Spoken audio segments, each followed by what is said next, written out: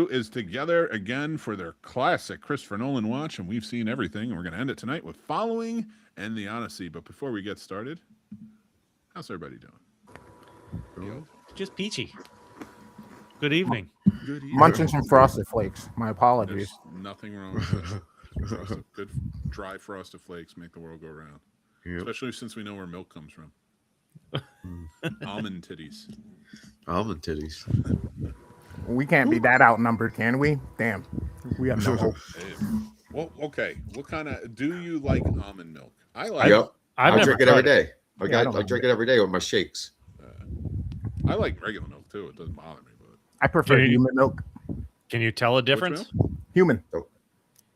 Oh, James. Straight from the pump.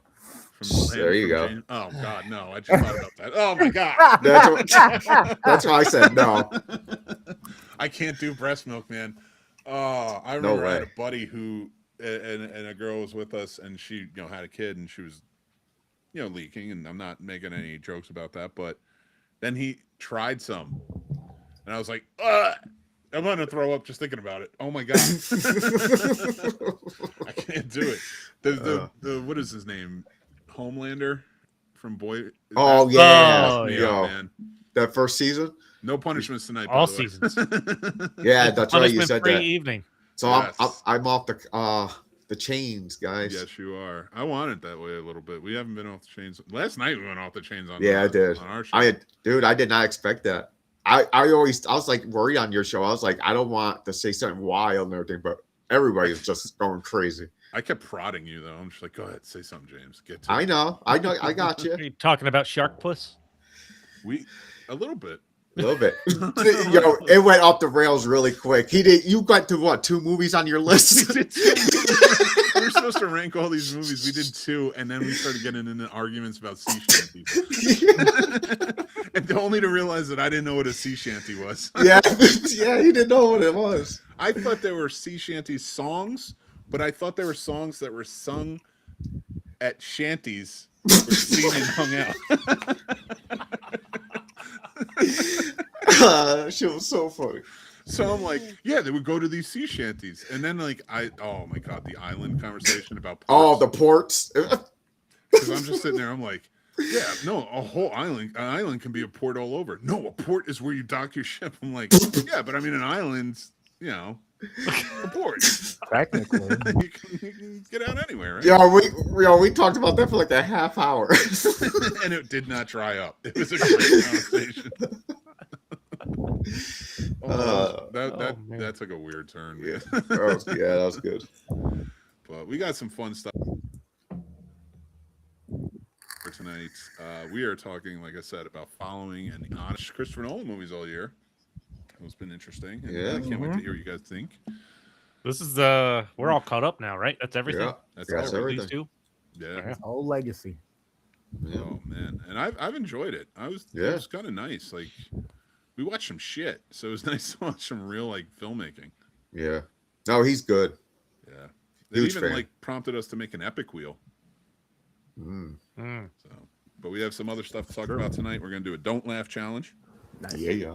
No punishments or anything for the losers, but we're gonna have some fun with it. We're also gonna talk. We have 2 movies to review, James. Oh no. We have Left Behind. Oh, I forgot. Yeah, I can't wait to hear Cameron Rapture movie from 2000. Fuck. And then we have from 1998 a little ditty by Steven Seagal himself called The Patriot. So this is gonna be an interesting one to talk about. Was Sturdy gonna watch Assassins 33 AD at some point? Yeah. Yeah, I think he wants to, but okay. He takes his time. He's got a lot of movies on his docket. So. It's true. Yeah. Well, let's see how it goes because he is traveling all over the place, and I think next week he's doing The Severed Son. So make sure to tune in and check out Backpacking with Sturdy.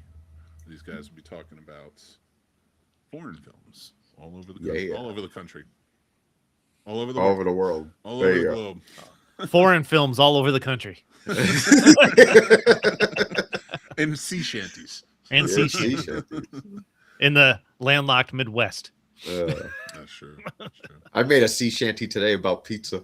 You did, and I enjoyed it. And like I said, it was epic. with the instruments, but it was like it felt like more like a sea shanty. Did you listen to the one I sent you after with no instruments? Yeah, with the no instruments. Yeah, I like them. yeah, it was awesome. Good. Yeah, you did a good job with that.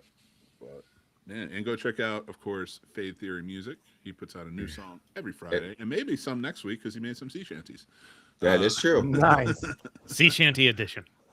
Dude, I know you like to use AI video when you're doing it as well, and I'm coming around. I'm coming around. We talked about last night, but it would be kind of cool to like do that video to maybe like old sea movie clips. You know, Yeah, and stuff like that. If you're interested in that, but yeah, it'd be cool. Yeah, that sounds cool. Of course, I wouldn't know how to do that, but I'll help you. Okay. If you want help, I'll help you with it. All right, awesome. Chris knows it too. Not White Chris. No. White Chris doesn't know it. I don't. I just type words. No, you know how to edit though. Oh yeah. I thought you meant using AI. I'm like, I just type words and hope for the Yeah, best but- and then tell it what I don't like. That's Yeah, true. but Chris, he's a gamer's That's right. always busy. He's either landscaping or in his own garden. Pretty much. Well, you can check him out over at Worst Damn Gamer Ever. Yep. And you want to go and subscribe to that channel. Yeah. Because there's always some fun going on. Motivation Mondays, right? And Yep. Mother Forkin Fortnite Friday. Close I say enough. it slow. I gotta say it slow, and I still get it wrong. So I'm trying, but I do watch. Appreciate it. Appreciate it. I actually was watching one day. You had it on, and I went over and I was like, I might try Fortnite. And then You got me thinking about it, watched too. a little bit longer, and I was like, nah. I will get There's it. mobile now. Oh, Play it yeah, on your 100%. phone now too. Oh, shit. Oh my god! I play dude, with I a would bunch put of it. people that just do it on their mobile. Seriously, I see your clips and like when you're live sometimes, and I'm watching you play Fortnite. You're just talking and just people running around shooting. You're driving like a Jeep or some shit at one point.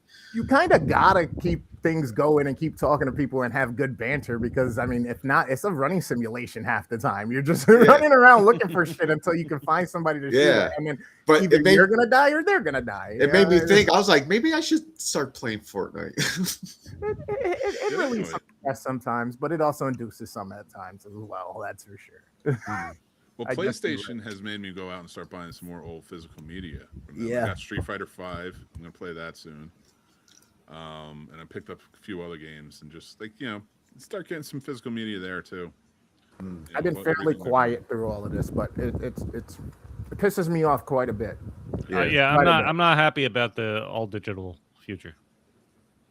And it's stupid because it's really only them talking about, oh, this is the way all the markets are going to go. All entertainment's going to be digital, but you're the only one who's taken away any type of physical media. And it kind of sucks because you also own the fucking standard of printing other type of media, which is either the CD or the Blu-ray.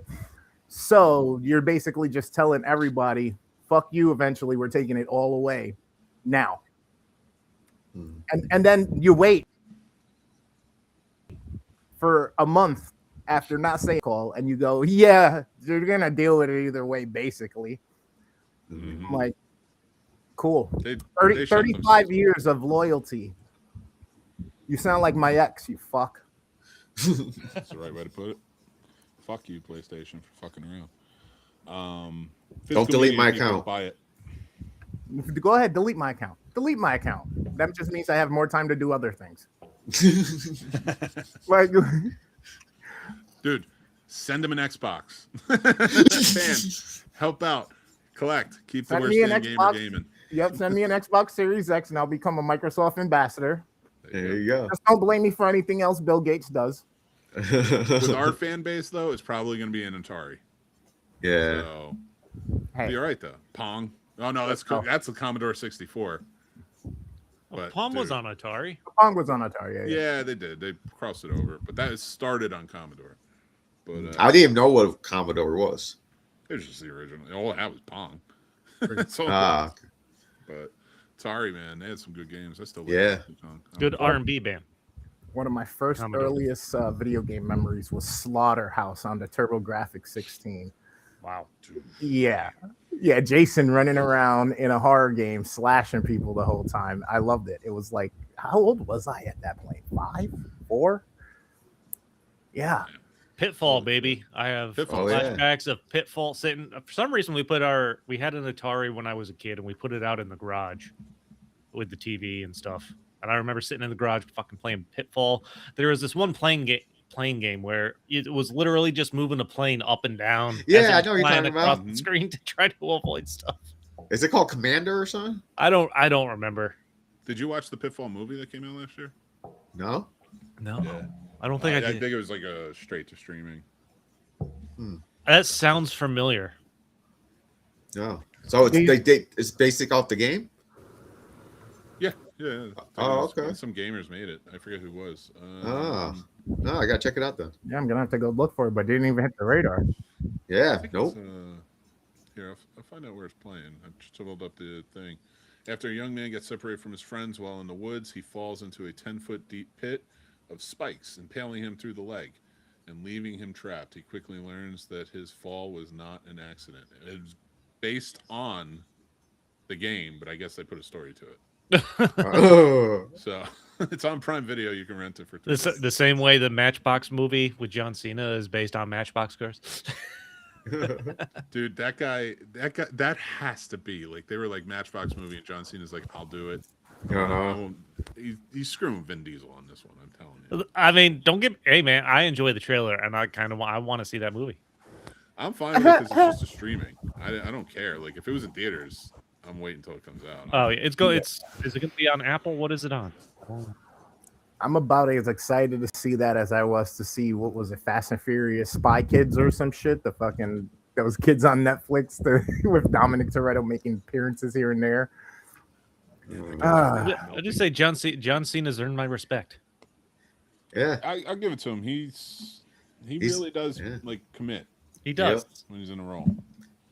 So we are waiting on Sturdy. He will be here soon enough, but I appreciate you guys watching and listening. And speaking of watching, what's everybody watching this week? Any recommendations for us?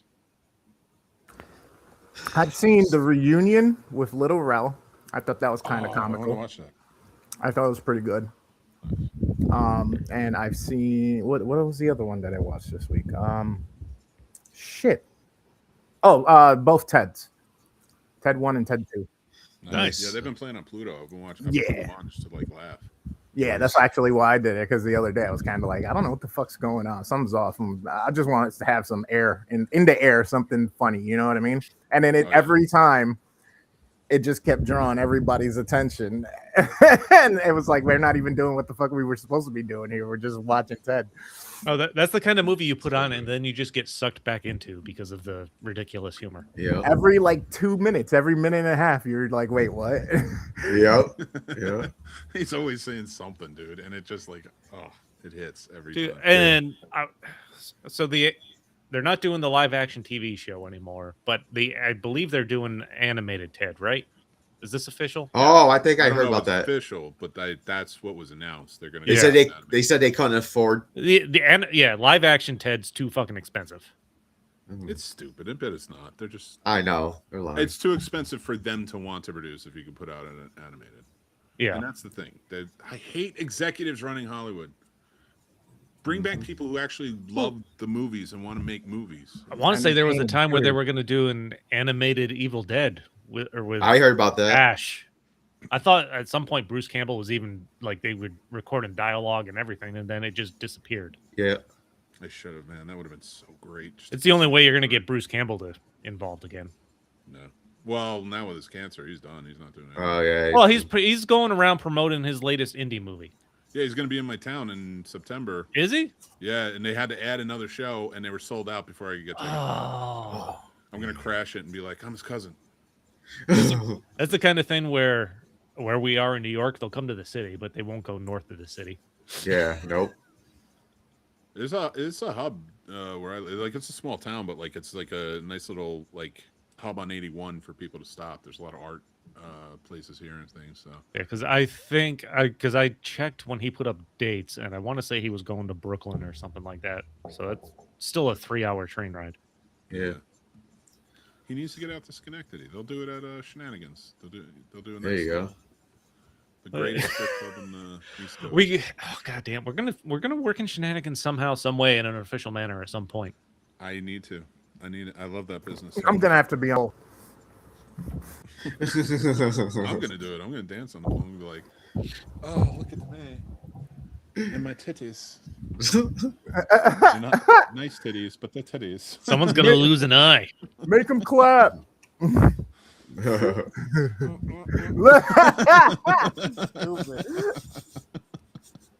Who's up for some motorboating? Get up here, give me my $1, and you can motorboat. Oh my god. No touching unless it's this guy. Ton only. You've heard of Wing Wednesday? How about Big Dong Tuesday? The only male stripper and an all-female stripper. Oh man. But what are you watching, Chris? What you got?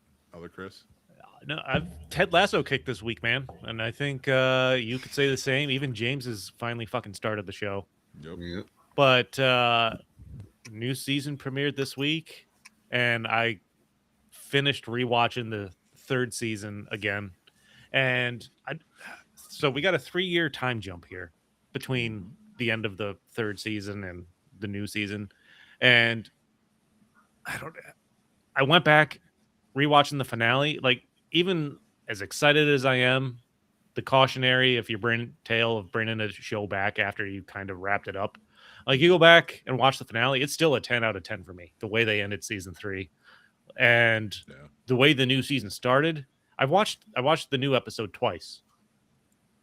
Because I watched it when it came on, and then I just threw it on again the next morning when I was having my coffee. And it was weird at first because, not a spoiler, but it all takes place in Kansas. But so it didn't have the Ted feel at first, or the Ted Lasso feel at first. But as I watched it a little more, I'm like, okay, now I'm kind of back into it. I just love having these characters back in my life. But honestly, that's a great point. I took from it, doesn't feel like it, but gradually once everybody comes in, it does. Like, it's like, wow, I can't wait till they come back. They're like hitting on all cylinders. And that final scene when he looks at his wall and you get what happened to everybody in that time frame. It's so nice. Thanks for spoiling it for me, gentlemen. Why? It's not a spoiler. It's not really a spoiler. It's really not a spoiler, dude. What I do like about that particular scene, and again, not a spoiler, but he's back in Kansas and his son stops him from going into that room earlier in the episode because he's going into the door, like he's going to walk into his office there. And then you hear his son go, "I'm home." And then he comes back out. So you don't know what's in there until the very end. Yeah. I don't know. I just thought that was like a nice little foreshadowing touch. Yep. Okay. Now, I'm not going to ruin the joke that they do in that scene because you are going to love it. Awesome. Just by everything you've been saying. And Chris, that's another one too. Like, I'll put that on, and that's just one that makes me feel better. Yeah. You know, it makes me laugh, and it makes me feel better just randomly. And, just watching the 3rd season, and I mentioned this, I think, last week when we talked about it, the show changes after the 2nd season to the 3rd season where it becomes more of like almost like an hour-long dramedy. Okay. But there's I can't wait, James, because this is a first-time watch. You're like halfway into the 1st season.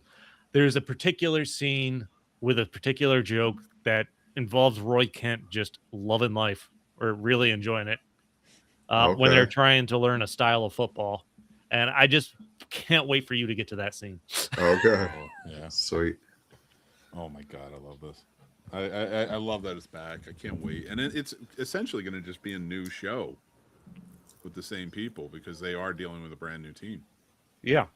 So I'm excited. And the last thing I'll say on that is it's a soft reboot, and I think they set up a new story well. I think they did it perfectly believable. I don't have any gripes with the way they're setting up trying to bring Ted back to coach a women's team. I thought they actually thought it out pretty well. Yeah. I'm excited. I can't wait to see what's in store. Get him back into England and see how this goes. But James, what have you been watching, man? You guys were just talking about. I started Ted. I'm not. Shut up. Try again. Ted Lasso. Because I just said Ted, but I'm on season 1. I am on episode 5, and I am enjoying it. And yeah, I can see why everybody loves it. So as of right now, Scientifically, they did studies on it, and it does make people better. that's It cool. definitely makes your mental health better, but it makes you want to be a better person. They were doing those studies after the first season came out. Awesome. That's crazy. I'm definitely gonna have to check it out. I saw the ads Oh, for the new too. season the other day, and I almost started it, but I'm excited to know somebody that's watching it for the first time same. I'm here. after having already seen it. Me. Oh, Mhm. gotcha. Yeah, me and James. Then I'll start it up this Yeah. week. Then. I can't wait. All right, Like so- once you guys start, I want like fill us in. Like if you like something, like I love hearing that stuff. So All right. And I started Cape Fear. oh, it was good. Oh I yeah, didn't what love is the what is ending, the but I what is liked Dude. it. Cape Fear on? Which It's Uh, on server? Apple. Apple. Okay. So It's on the site. they're gonna take old thriller movies like they did Presumed Innocent, and they did a season with Jake Gyllenhaal starring in it. Which is a good movie, and it's a good season if you go check it out. Now they're doing Cape Fear. I don't know if it's going to come back for a second season. I don't think it should have. That's why I wasn't too keen on the ending, but it was good, man. They did such a great job. They changed it just enough.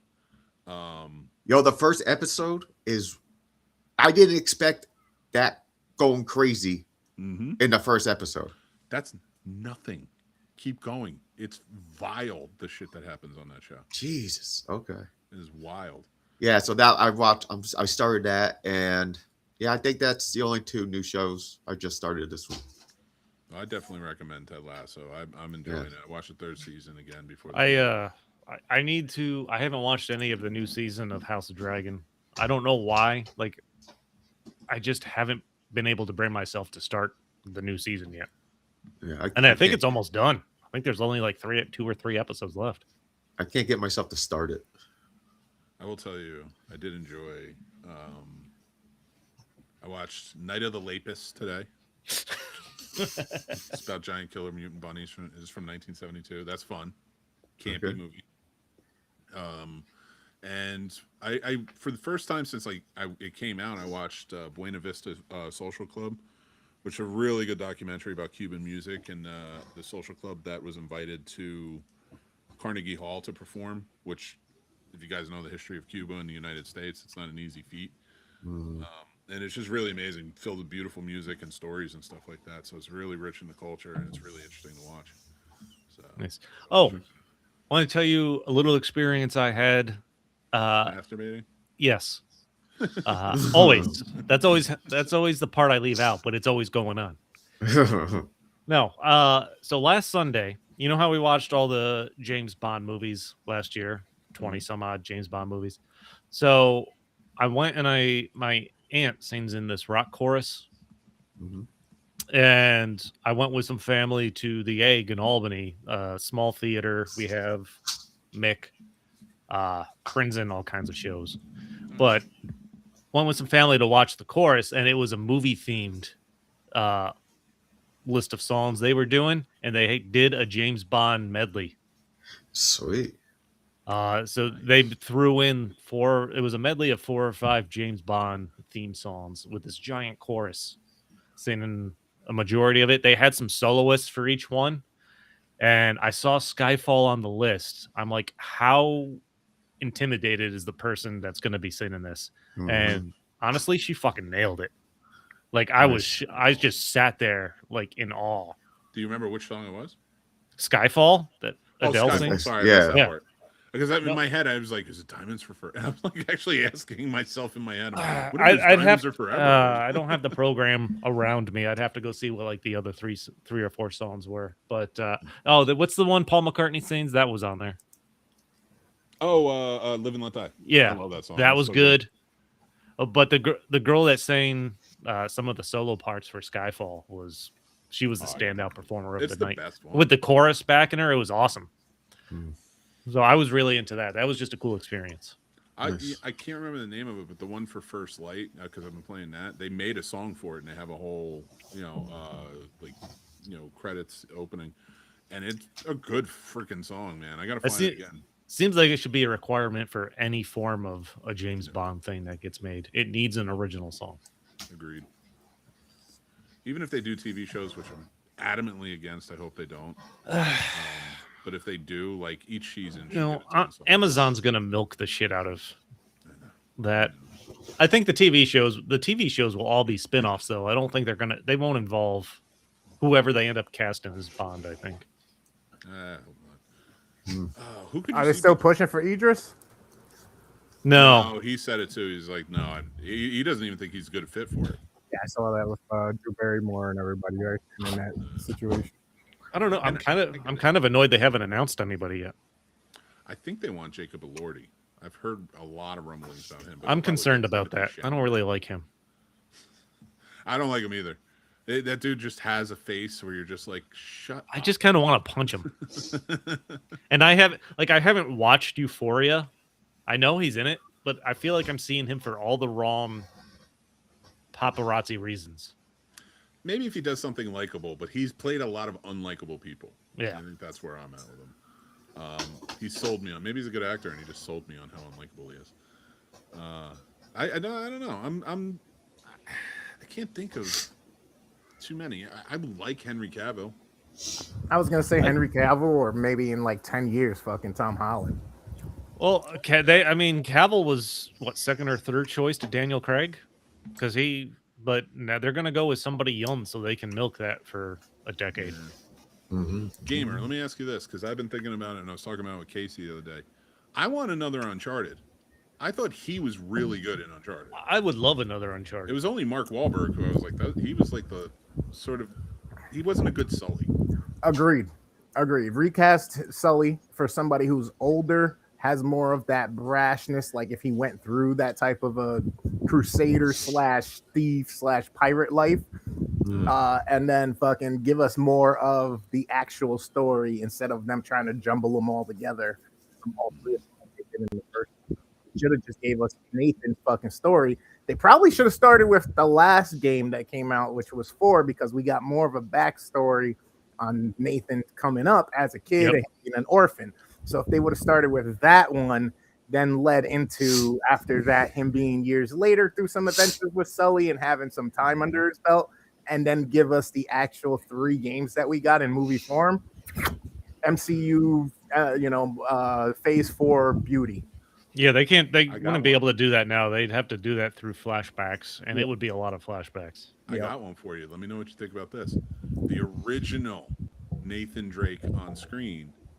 How about I just lost his fucking name. Fucking played Guy Gardner in Superman. I knew exactly who you're thinking of, and now I can't think of Nathan Fillion. Yeah. I don't know why I forgot Nathan Fillion. No, he's a popular. Sully would be cool because he played Nathan Drake back in Shorts. I think that would be kind of good. Not gonna lie, I think he could do a good fit for it because he's got kind of that charismatic presence, but he can be a douchebag if he wants to, or he can be a really nice guy, which is literally Sully's MO. He's a backstabbing fucking thief, but he has morals and a code, especially to those that he runs with. So yeah, he will. The only one I've overtaken is Nathan. He will never fuck over Nathan. And I did not get that from Mark Wahlberg. Mark Wahlberg, I was like, this dude's gonna bounce the minute he gets here, and I doubt he's coming back. Yep. He's just I'm googling it now, and I'm seeing conflicting things that it was confirmed at one point they were making a sequel, and then another thing on Reddit saying it was canceled. Well, it's probably he did that, and Spider-Man just got real busy. Yeah. So he's got to focus on that. Now he's let's be real. He's got the Odyssey. He's got $2 billion movies in the bank. Yeah, within 2 weeks of each other. Although, if he wanted to do Uncharted, Tom Holland, listen up. If he wanted to do Uncharted, they would make it happen now. He's got the clout. He'll do it. So bring us another one, please. And he'll make it good because after he worked with Christopher Nolan, he said now. That's why Spider-Man was so good. He was like, I want to focus on this story. I want to make sure it's not. Yeah, bullshit. Spider-Man was great, and I can't wait. You got 2 more. He's got 2 more Spider-Man films under his coming that he'll be involved in at least, and they're bringing Miles Morales in, but not until after the animated movies are done, which is next year. So that's got to be coming. So it could be Secret Wars. I have a theory. That he's going to be in Secret Wars, but they're saving it until after the Spider-Verse is completely done. And then he's going to take over, and the next 3 or 4 movies are going to be Miles's. Yeah. Or I just don't Spider-Man? need them to. I would take both. Mhm. I don't know, well, see it's why they have to screw around and only have one. Like I will just as much go see a Miles Morales Spider-Man movie as I will a Tom Holland. And Tom keep Holland them- talks about wanting to be a mentor to the next Spider-Man, and I feel like if you're going to bring in Miles Morales after the Spider-Verse movies and stuff, you got to have at least one movie where those two are interacting. Mhm. Mhm. Whether even if Tom Holland's, a secondary character or a smaller role, but I don't know how you introduce Miles Morales and not have Oh, sorry. Tom Holland cameo of some kind. Yeah. At this Hopefully point. they don't do what they usually do and just start the whole fucking story over from the beginning and just start it with No, Miles. I don't think they would. Well, I don't think they would. I don't think you can. Secret Wars is gonna. Kevin Feige's even said it's basically gonna reset the MCU so that there's again one universe going forward. Not that anything in the past hasn't happened, but you're bringing other characters from other universes together, and you're creating a new timeline for every character. So you're gonna have all these characters in the same spot now. Mm. I don't know. I mean, listen, keep it up. Like, stop trying to separate everything and like really give it to us all. Like, Spider-Man and Miles Morales Spider-Man both exist at the same time in the same city. The fact that you think like, oh, it's going to take away one from the other, it's like you don't understand comic book fans. Nope. No, the villain is Sony. That's Yeah, I mean, that's the villain. we had how many different versions of Spider-Man that were there? We had the clone, we had the Scarlet Spider, right? We had the one guy that had a blue fucking cut off T-shirt with red arms and sleeves. Ben Riley, yeah. Yeah, you know what I mean, and the web things on his wrist and shit. Like Sony is taking away Spider-Man that were physical alive. media, and now they're keeping us from a live action Miles Morales. Sony is the devil. Wow. Mm. And Not they gave like- us Madam Web. Oh, Even worse. You did see though that even Tom Holland said they were at one point just going to combine the universes. Well, they have to. That's the Yeah. So I don't know if you guys read like the Secret Wars 2 book. Like, well, they I had haven't Secret I Wars haven't 2, read and then any they of had them. the 2015 Secret Wars. It basically, it was Doom creating the battle world this time, and it was bringing all of the worlds together and making them in his image, and that was all the worlds ending. So now the world is just the world, and whoever's there, who made it through Secret Wars is there. So, and they brought it back. So it's not really. I mean, I'm sure they've multiversed it again because they're doing all this shit, but that was an interesting way to go, and I hope that they do that and just combine everything. But it is going to lead to a lot of different recastings as we're seeing. New X-Men, everybody. So, and the recasting of them now. I want to say somebody new just got cast. I could be wrong. Yeah, I can't remember his name. He's a dude from the Wolfman. He's cast as Professor X. Oh. Oh, really? Yeah, I will see how he goes because the Wolfman was terrible. It was so stupid. But I don't know if I blame him for that fully. It was just a really poorly made movie. But I'm excited to see what goes on with it. Is there anything upcoming that you guys are excited for? Even Gotta on- go see Movies or TV shows? What one? You know what? both. Roll the dice and just tell me what you're excited for, James. Are you excited for TV? What the hell? Think about it long and hard. Got to go see the new I Super forgot- Troopers, which I'm Yes, looking I forward just to. watched the first Yeah. one. I'm gonna wait to that. I'm not gonna go to theaters for that. I'll go I to might the take theater my for it. wife. With those, they make us laugh. So No, it does make me laugh, but it's not. I wouldn't be able to get myself to go. Okay, let's go see this movie and I'm actually gonna- get in a car and drive. I'm like, Well, when I say drive, I go down a hill for a mile to the mall where the theater is, and so I'll probably catch a matinee next Friday after I do some long cutting and stuff, and pay like $6 or $8 and just fucking enjoy it. I like it. I hope your aunt or uncle come into that room and answer the phone when we're on the air. Oh, Chris, did I tell you what we're doing next week? I'm gonna call Shenanigans live on air and see if they have merch because I want to buy a shirt. It's gonna be awesome. It's not even a bad thing. Like I really do want to see if they have merch for us. Yeah, so the only confirmed X-Men castings I know of is Kit Connor is our new Cyclops. And what's the actress name that first Emma Frost? Oh, she got some bazingas. She's horror royalty right now. She's not difficult to look away from. Yeah, not at all. She's like just hard to look in the eyes. Look at Margot Robbie. She's basically a carbon copy of Margot Robbie, and but she's a great actor. I got to give her credit. I'm not familiar with either of these two actors. Is it Sadie being Jean Grey? Wow, way to let that one loose for a 2-week-old movie. Spoiler alert. My bad. Say that first. No, yeah, she is. At this point, I don't care. If you're watching and you're upset by that. No, that's probably the one thing we can. And the thing is, not even really a spoiler anymore. If I did, I don't care. Fair.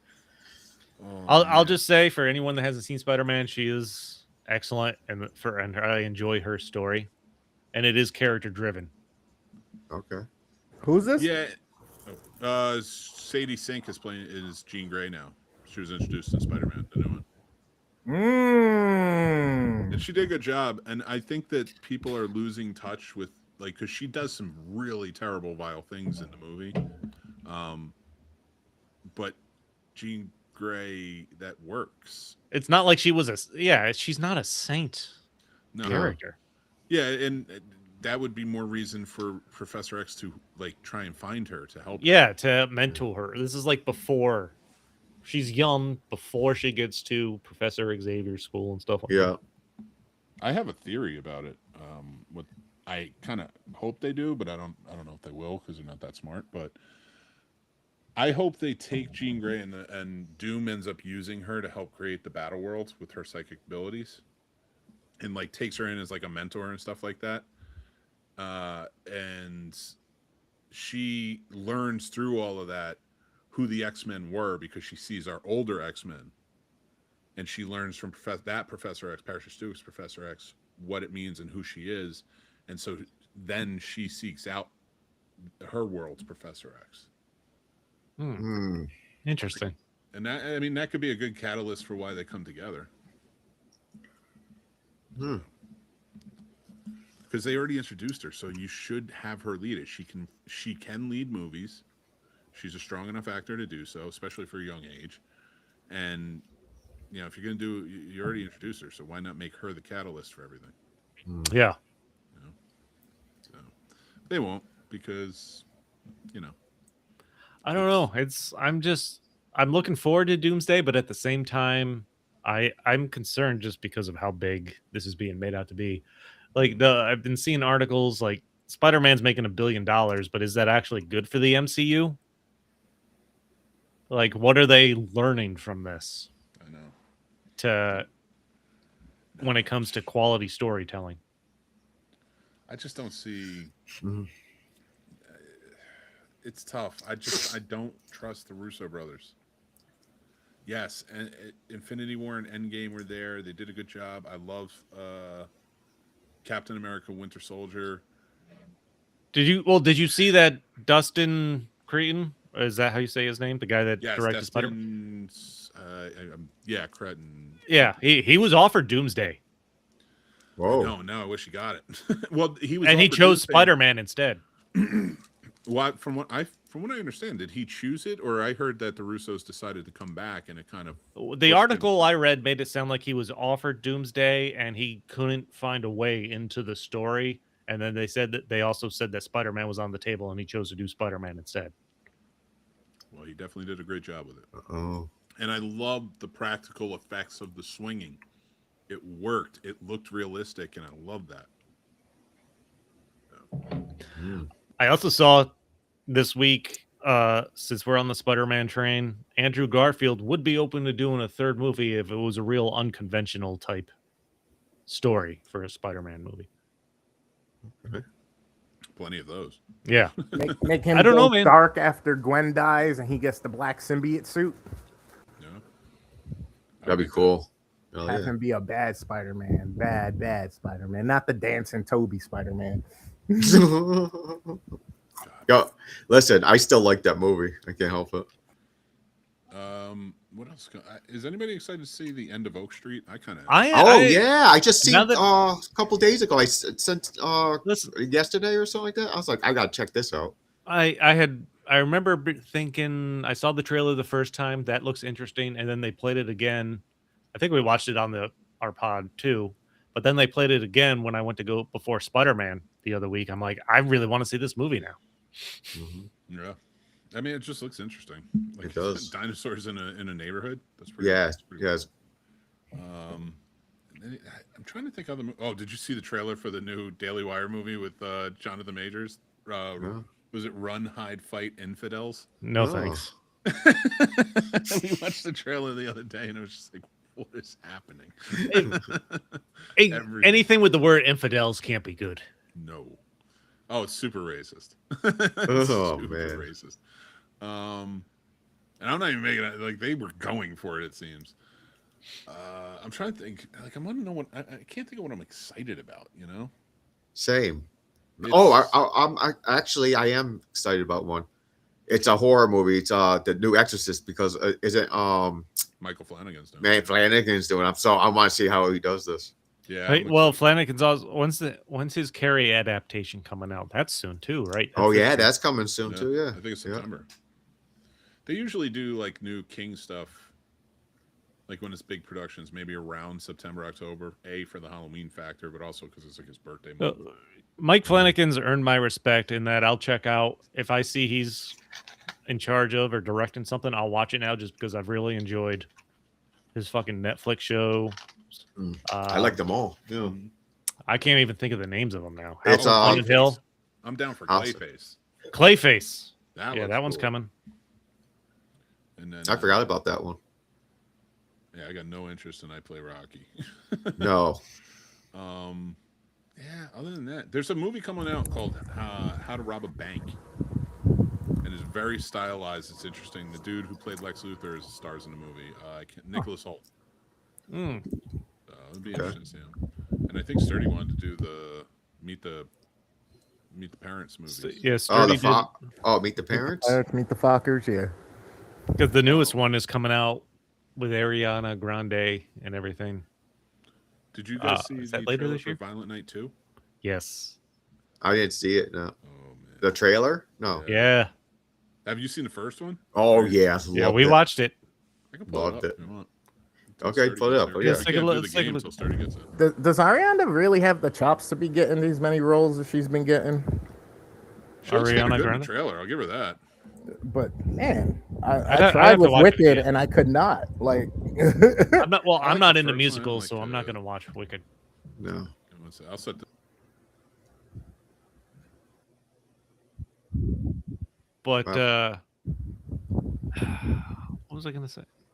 Yeah, Violent Night 2. That trailer looks pretty good. That we're about to watch.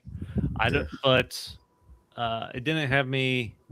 I'm trying to remember how excited I was about the first one. How Okay. much I enjoyed the first one while I watched this, because the trailer didn't do too much for me. Okay. I was muted the whole time. Uh, I mean, it was what I On kinda Christmas, I deliver presents to nice little boys and girls. If you're naughty, I deliver something else. Justice. But now, I'm on the naughty list. I forgot the meaning of Christmas? What does that even mean? I don't want to alarm anybody. There may not be another Christmas ever again. Why not? Santa got put on the naughty list. What do you do? wait, is that the dude that Maybe I played killed the too many Russian Captain America? No. Yeah. I lost my powers. How am I supposed to find the meaning of He's a Christmas in a Viking place that like got turned this? into Santa Claus. What do you need? Nice. Little You nose should watch the first candy? one. It's good. Get out of here! Oh, it's a bullet train and nobody? All right. And the cops. We need you. Kill Santa Claus. I know this little helpers.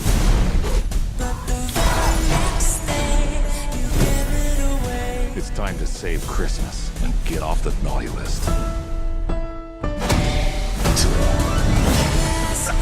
I'm trying to avoid violence.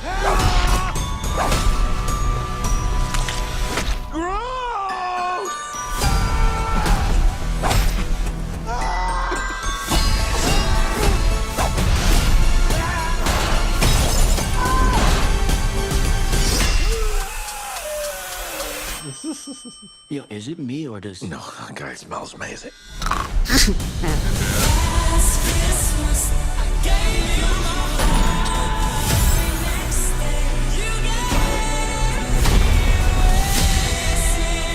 I got reinforcements coming. Nikki! Get your own man. He's taken. That's my wife! You're in trouble now! Santa is real. Damn right I am. Any last words? Make my sleigh.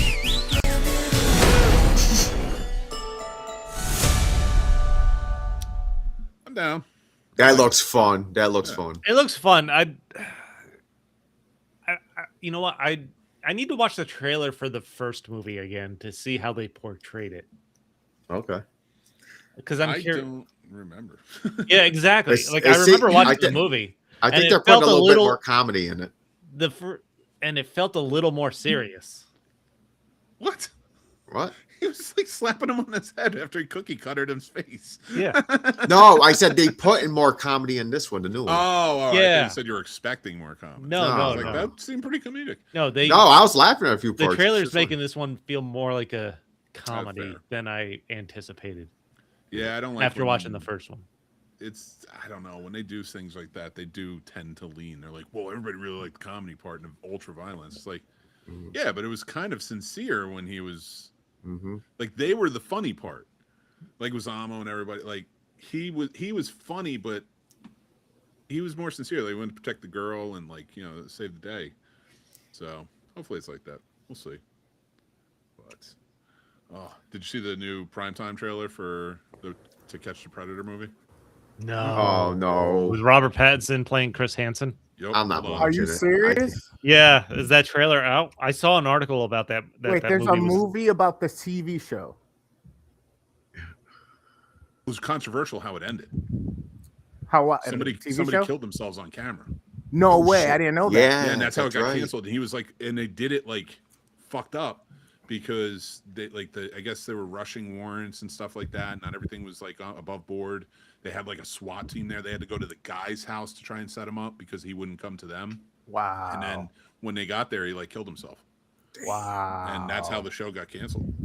Wow. I did not know that. Neither I did didn't know I. either. Until like this trailer came out and like somebody started talking about it. That's crazy. Ooh, A24 is doing it. Yeah. It's interesting.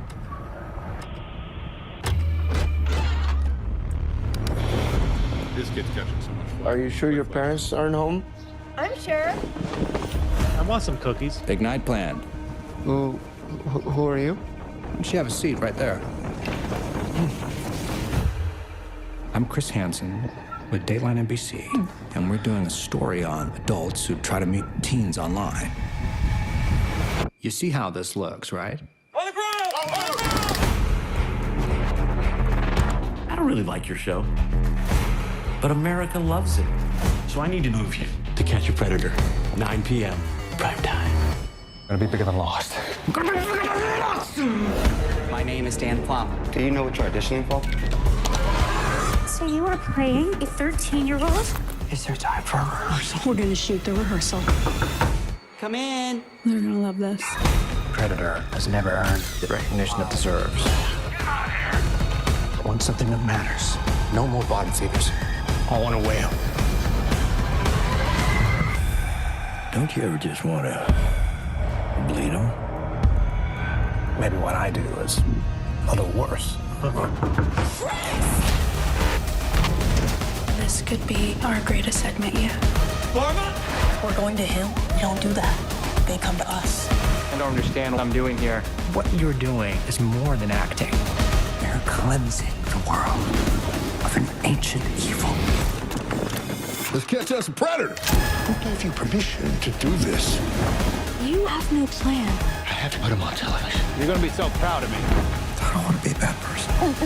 Your definition of bad and my definition of bad are vastly different.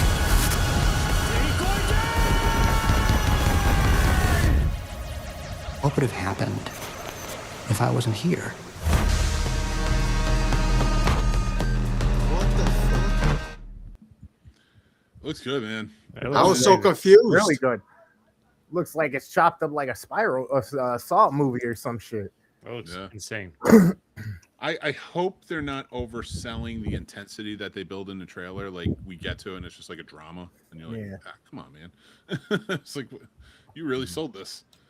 I'm not gonna lie. After I don't know seeing how you can Odyssey keep and it that seeing- intense for that long. Yeah. What were you gonna say, Chris? I was after seeing the Odyssey and seeing Robert Pattinson again in this type of role coming. I'm like, all right, man. Like I'm kind of getting excited a little bit for his future, for Holland's future. Like Holland's still a little bit too baby face for a lot of stuff, and he's a little scrawny, and you kind of see that in the Odyssey. And we'll talk about that later. I don't think he's scrawny. He's just short, and it makes him seem scrawny because he's fucking jacked. But he's still small. You can still be strong and muscular and athletic. Yeah. So he put him next to me. He's 5'5". You know what I mean? It looks like type shit. It's still gonna call him small. You got to put more mass on him. The man He pulled can't some grow day. knees. I'll be right back. For real, and holds her. Continue. Yeah. They just got. I guess they got married last month in secret, and then they just had like last Tuesday. They had like a big thing for it because now all their marketing and stuff is over. Yeah, man. Now that they're rubbing projects together as much as they do, I mean, that money train is gonna go. You know what I mean? It's gonna keep staying there. But yeah, I'm getting excited for Robert Pattinson's kind of later career, or whatnot. I'm getting excited for Tom Holland because he did a great job in the Odyssey as well. But yeah, we'll see how this all goes. I really am sorry. I didn't like him as much as the Batman, but he did a great job, and I'm starting to come around with him being a bit more serious than me just seeing him in the light of just Edward. You know what I mean? Mm-hmm. Oh yeah, for sure.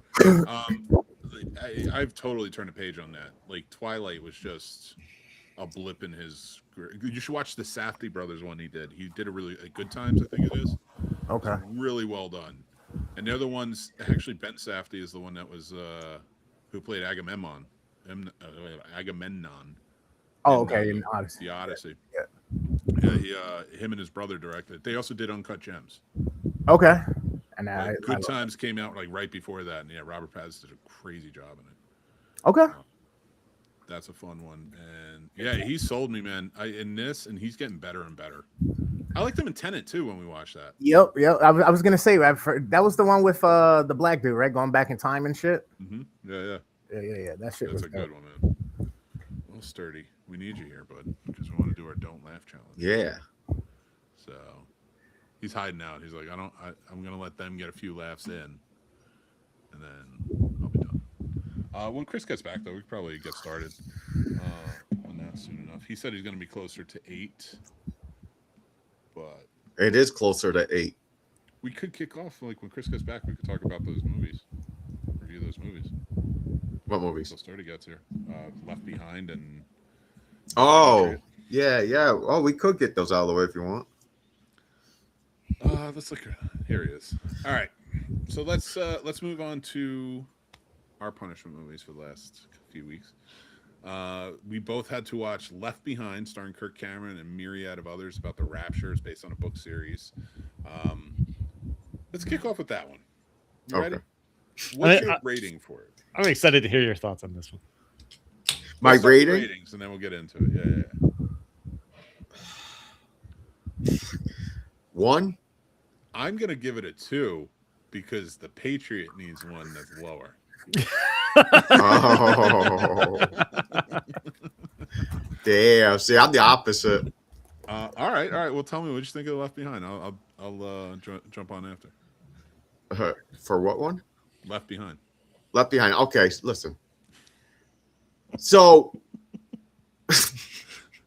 they're going by where the devil takes over for 7 years or something like that. So God did the rapture, all the people, never sinned. No. Then the remainder on there they play it off like there's still some nice people, but they didn't get raptured. You're like, why did he get raptured? He's trying to save people. You know, I'm like, what's going on here? And for one, I hate Kirk Cameron. That's fair. He loves you. I don't care. This movie, from beginning to end, offered nothing. Nothing. Nothing. It was just one of those movies you watch and you're like, this is one of the worst things I'm ever seeing. The effects are bad, which I can be for if you have a good story or good acting. Mm-hmm. None of which happened. No. It ends on a cliffhanger. Mm-hmm. How do you end it on a cliffhanger? They don't, because it's a series. There's 3 of them. And oh my god. But yeah, Stuff, Sturdy. How you doing, bud? What up? How you doing, pal? No sound, Stirred. We are talking about Left Behind right now. Dude, so I hate what it. happens is, all right, what happens? What really happens?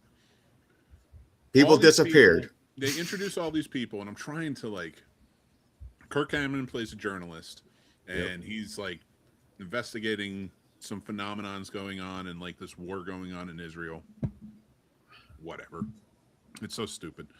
Like, I guess Iran is sending. It's so fucking stupid. Iran is sending missiles to shoot down the Holy Land or whatever. Yeah. That's why he's there, and but then all of a sudden, like, people disappear because the rapture happens. So the Antichrist is there. Oh, he teams up with a pilot who was cheating on his wife. with Kirk Cameron's actual real life wife. That's the stewardess, and or flight attendant.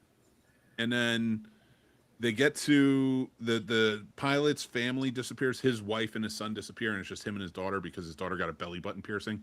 No bullshit. That's the reason. Right, it is. It's sad. It's crazy.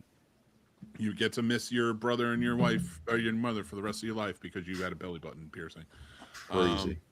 And then so they team up to get to the UN to kind of work with them on it. I don't know why. And then it turns out that the guy that they're putting in charge of the UN is going to take over, and he's the Antichrist. And it ends with him shooting somebody at the UN table. Mm-hmm. And like, oh no, it doesn't end there. Then Kirk Cameron, who's on the side of good, goes to a church, and then the doors close and it ends. It's so friggin' stupid.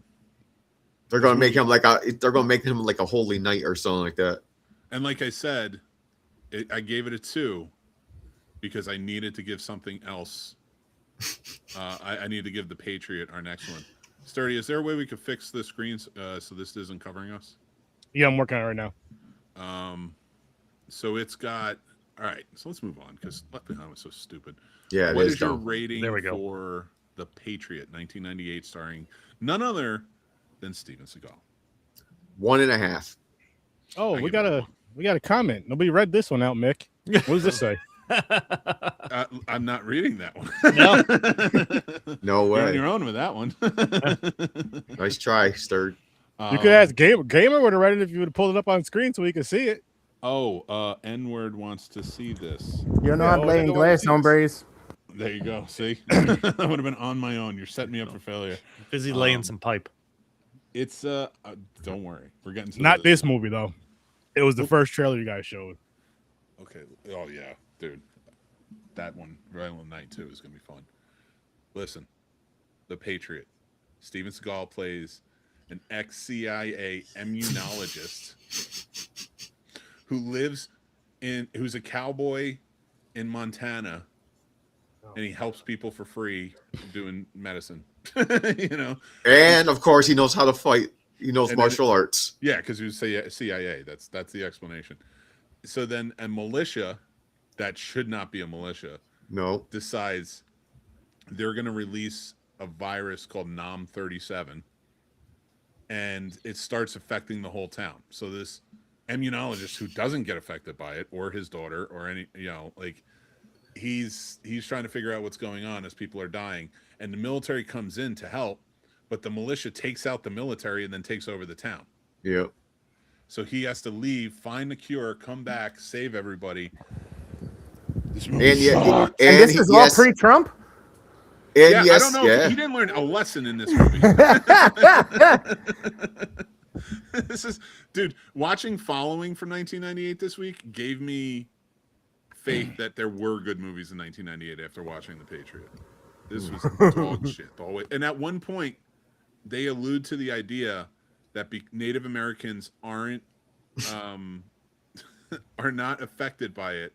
Maybe because it's this karma for smallpox. Yep, they actually say that.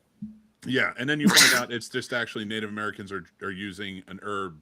Yeah, it's a flower. Only grows there, a flower that can, that heals people. So they pick all the flowers, and they're having a plane going over, dropping or helicopters dropping all the flowers. They're like, make some tea. None of this is the stupidest movie. The action's not even good, dude. They try to make him look like a cowboy. Everybody has cars. He rides off with his daughter on horses. Dude, I meant it when I said he doesn't swing his arms when he walks. He just walks straight. Yeah. You can tell he realizes it and then tries to move his arms, and it looks robotic. And it's like, James would beat this guy in a fight. He has the funniest run. Oh. He does that like stiff arm. Like the Terminator from Terminator 2. Yeah. Oh, that's so funny. It's the worst. And I want to beat his ass, by the way. Just for reference, other movies that came out in '98 that this had to compete against: Titanic, Armageddon, Saving Private Ryan. There's Something About Mary, The Waterboy. Never had a shot. With you saying all that, hang on. With you saying all that, how did this movie not win an Oscar off of that? Exactly. I'm looking at robbery. I'm looking at the domestic box office for 1998, and then I'm shocked this is not in the top 10. I'm shocked. What do you mean? Steven Seagal is not that famous. How much did it make compared to number one? What did this make, and what did number one make? If you can grab that for us. Number one was Titanic. Yeah, it was highest gross. No, how much did it make? A lot. This movie? Yeah. $10. The budget was probably $10. It's bad, man. Keep my wife's name out of your effing mouth. Who's your wife? I don't know his wife either. Steven Seagal? I hope not. Yeah, maybe. Heard about the viral YouTuber who booted out the Flat Earth Society. Mick, did you direct this movie? Did you have anything to do with this movie? No, I'm not that talented, but I still would have been better than this. Because I would have hired people who actually knew how to make movies. And I would have written a story that didn't revolve around stupid stereotypes. Aaron, because it's so stupid that it made me laugh. It made me laugh a couple times. That's why I gave it a 1.5. Oh, you son of a bitch, Grandizer. It was a good one. Listen, guys. But I don't want to talk about these stupid movies anymore. Yeah, I'm done. No punishments. We get the night off for this one. Because next week is going to be... Next week's going to... Watch some comedies this week, people. The Long Walk. So bring your mental health. Nah. I think it's good. I think someone's going to get a boner from watching it. Yeah, me. Jesus Christ. James. Jesus Christ. He's seen that already, Every too. time that kid's ankle breaks, he just bing. I seen it, man. I Yeah. get it. Every time an ankle breaks, an angel gets his wings. You're going back up there. Oh, listen, he didn't see it yet, but next week, there'll be some shit. Who Save it didn't for see the it? second movie, too. I have not Rick seen it. didn't see it. Oh, We you reviewed didn't it see on Horror Long Research 30. Oh, yeah, that's right. Mm-hmm. No, don't say anything. But one thing I will say is, I want to get to reviewing Odyssey later. And Yeah. So let's do our Don't Laugh challenge. All right, let's do this. I will be watching. Did you know that Ja Rule's supposed to be in the Odyssey? They're going to turn it to the Jodicey? Mm. You didn't know that, did you? Mm. You're really stretching that one. Right, look it up. That is not true, and I will never look it up. You will not Ask convince me Johnny. that that's real. He's my source. I don't care, Johnny. Ask I don't care. ChatGPT. No. They'll tell you yes. All right. I'm going to be playing a series of videos. I'll be watching your faces. Wait, now is it smiling count or is it got No, a laugh? smiling's fine. If I Okay. hear a chuckle or more, you get a point. Oh, I'm high as shit, too. And I picked Me them too. out. It's dirty. Me too. All right, let's start out with a light one, shall we? Sure. I don't know why you're doing this to me. I ain't done nothing. You had sex with Willa Maston. Ain't nothing wrong with that. She's 18 and legal. She's retarded.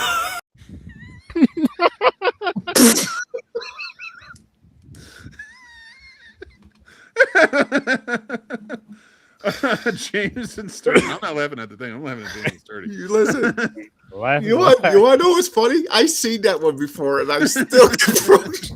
I knew. All right. I was trying to hold it. Oh, Chris and Chris, they held it. They held it. They had nothing. So I'm gonna do better this time. Let me sip some vodka. please sip that vodka. Please do. I'm glad sipping vodka is gonna help. Oh my God. Bell's number 1. Oh my God. Here, yeah, we got a lot. Here we go. Oh God damn.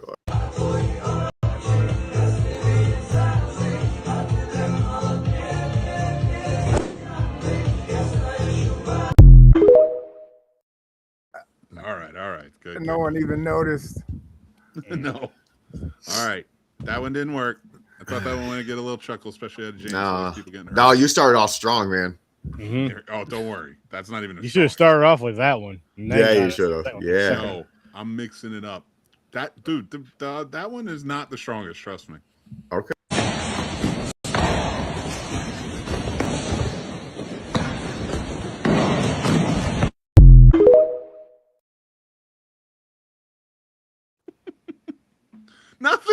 Nothing on that. Almost. No, I my almost thing got is, it. No. My thing is, if that kid takes his glasses off, I better get out of. I better run. He can kick my ass. Like I'm more the guy scared. who's not Than that. fighting. There's nothing funny But about he, feet. but he kicked the wrong kid. Hey, I listen, want to watch kicking that the one kid- again. God damn, wrong place, wrong time. Oh, Yeah. Here we go. Let's do it. In our lives, we all face challenges. Here you go. Surprise! Happy birthday, Uncle Bill. You did this for me? You're my hero. And you are the best darn niece in the whole world. Give me a hug. Oh, thank you. Here, I get a present. It's a card. a special card. I made it in art class. Well, I'm going to read this a little bit later, okay? No, read it now. Come on, read it now. You're holding it upside down, silly. What's the matter with you? Can't read? And it's never too late to try. Start all over again. Oh, it's never too late to learn.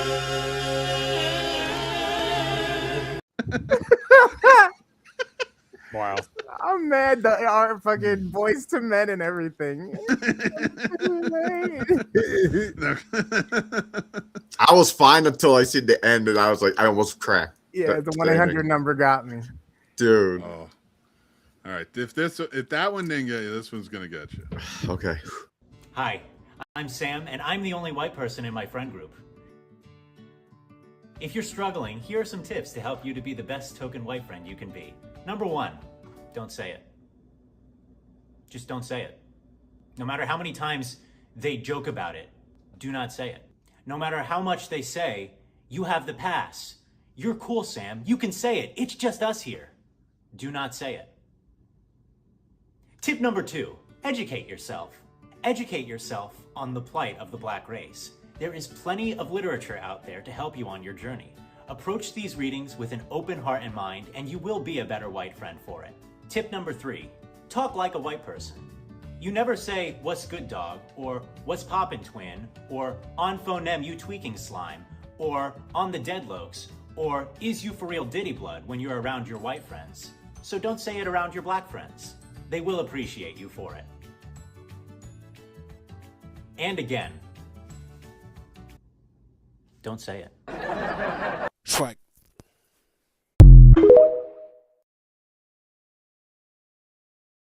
All right, man. You guys didn't laugh. I say it. That was one of I the know hardest. you That was one of no, the hardest no. things We I've know- ever done to not laugh at that. That was a PSA for the whites. Yep. we know what you're setting us up for. I had to take some deep breaths there. That was a. I wish I was in that video with him. Say it. Come But on, like the dude. devil on his shoulder. Come on, nigga, just say it. Say it with me in symphony, like Voice to Men. Oh my god! All right, you guys are holding out pretty good right now. It's Chris O, you're 0. No laughs out of you. Oh, Everybody else is professional. Yeah, that first one got me. Damn. Me too. Don't worry, I got some stragglers here. You came out strong.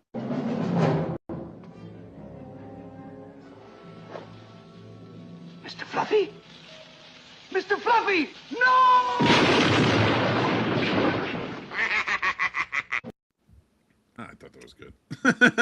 James is rocking. I've seen that one before. All right. It's so much fun. All right. If these don't get you, I'm going to be really sad. I put some work in on these. Let's recap.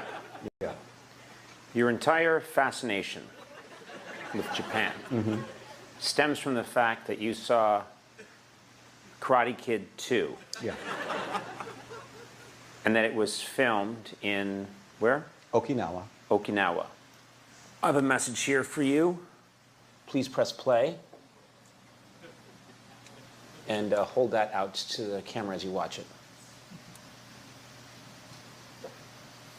Hi, Conan. It's me, Ralph Macchio. Listen, I'm sorry to interrupt. I just wanted to tell that Jordan guy that all the scenes in Karate Kid Part 2 that were supposed to be Japan were actually shot in Hawaii.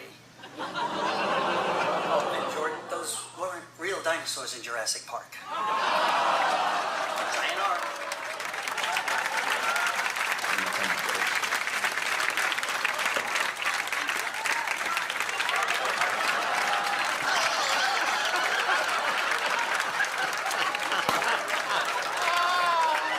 It was Hawaii. Thank you, Ralph Macchio.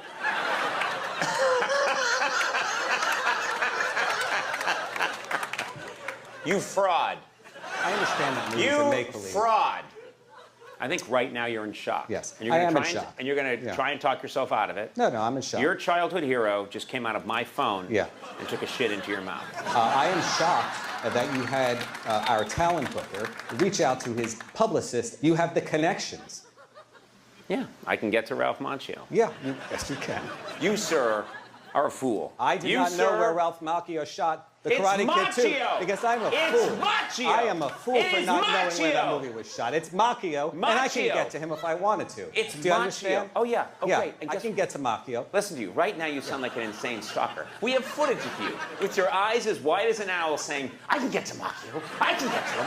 I can get to Macchio. I can get to Macchio.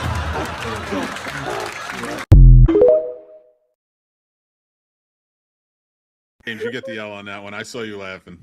I know. Yo, fucking Conan kills me, man. I fucking love it. Said your childhood hero was on my phone and you just shitting her. And then dies laughing. Conan's the best. Wait, all right, Chris, did you laugh during? I didn't see you laugh during. Who, me? Yeah. Yeah, I definitely laughed once he said that shit. Shit is funny. Honor system, I appreciate it. Thank you. Yeah. It's like stone cold sturdy over here. And fucking make these like, nah, too many. Hey, listen, that first one was the best one. And then after that. All right, they're coming. Don't worry. Here we go.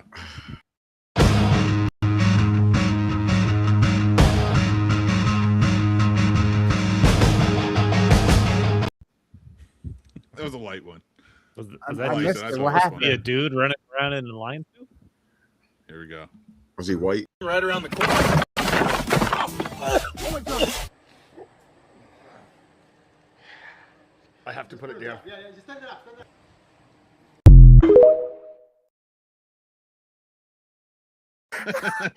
It took me a second to realize what just happened there at the end.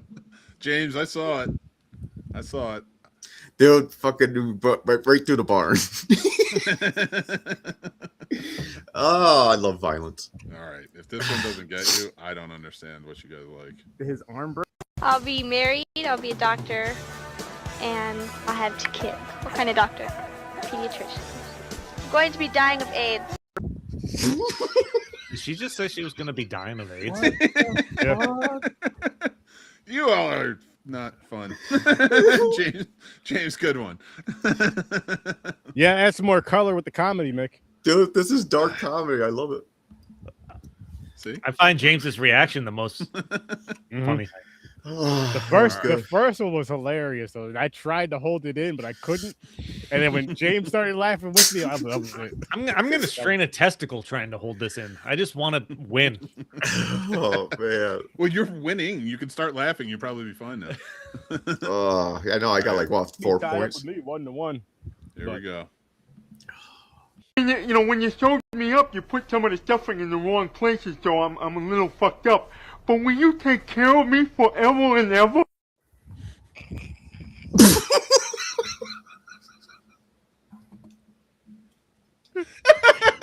It was the way the mouth moved that got me. I was like, oh shit. All right. That is Chris. I don't know what you're doing up there, man. You are gonna pop a nut. Oh shit! It's making me cry. You gotta play a couple more till he starts laughing at something. No. Here we go. Oh, that one almost got me.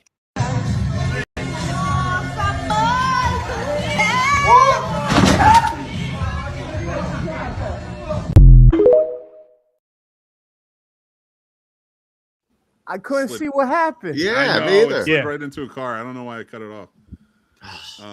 Yeah, it would have been if I saw what he hit, I would have laughed. Yeah. Yeah, you would have. It was funny.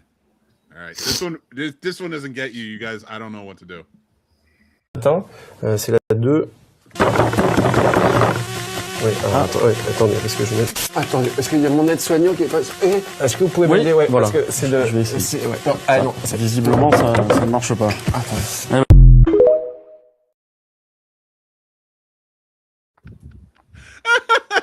I seen that one a million times.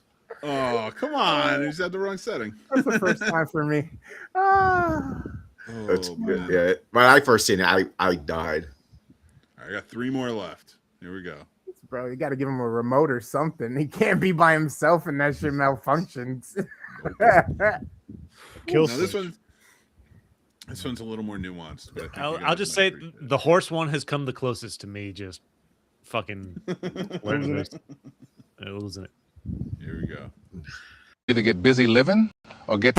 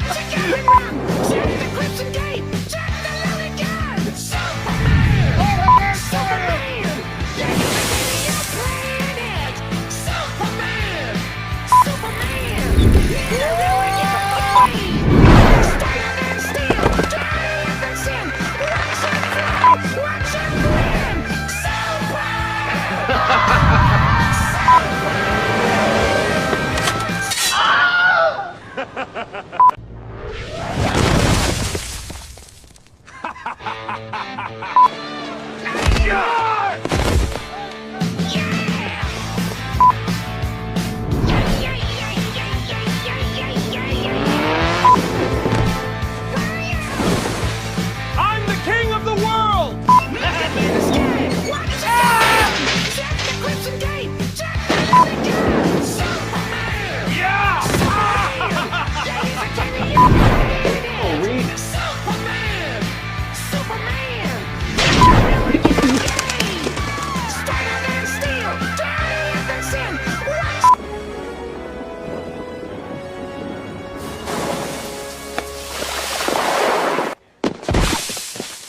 God damn! Here's looking at you, kid.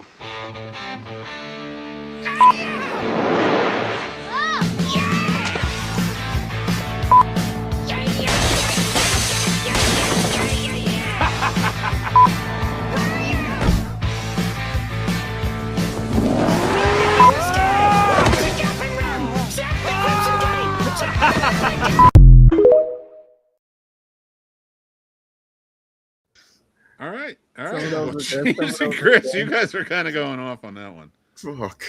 That was fun, but it was too long.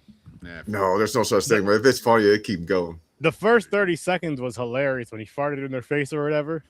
My favorite right after that. My favorite part of that one was the Rocketeer. I like the ET one. He just pushed the kid off. Oh my god.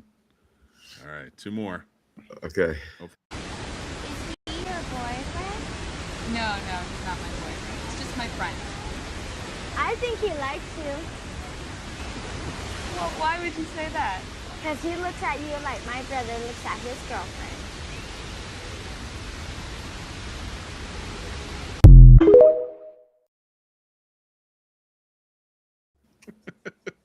That one works for me. I don't give a fuck. I didn't expect Nick Cage sitting there staring like a creep. That's his stupidest look. I did it for Sturdy, but he's now pissed off. I asked my boss what he would do if 4 really good-looking firemen came in You here. did not. Shut the fuck up. Shut up. Tell them the truth. You're fired. 4 at a time, light work. I could do 4 at a time. I do 2 in each hand, but it'd probably be easier if I did 1 in each hand. You lick the top, eat the whole thing, other one, then grab the other 2 and do it. Lick, eat, 4 done. I don't know how long it would take me, but I could do it.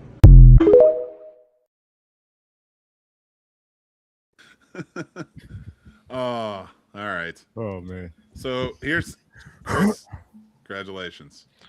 Zero laughs. Nothing. That hurt. I bet.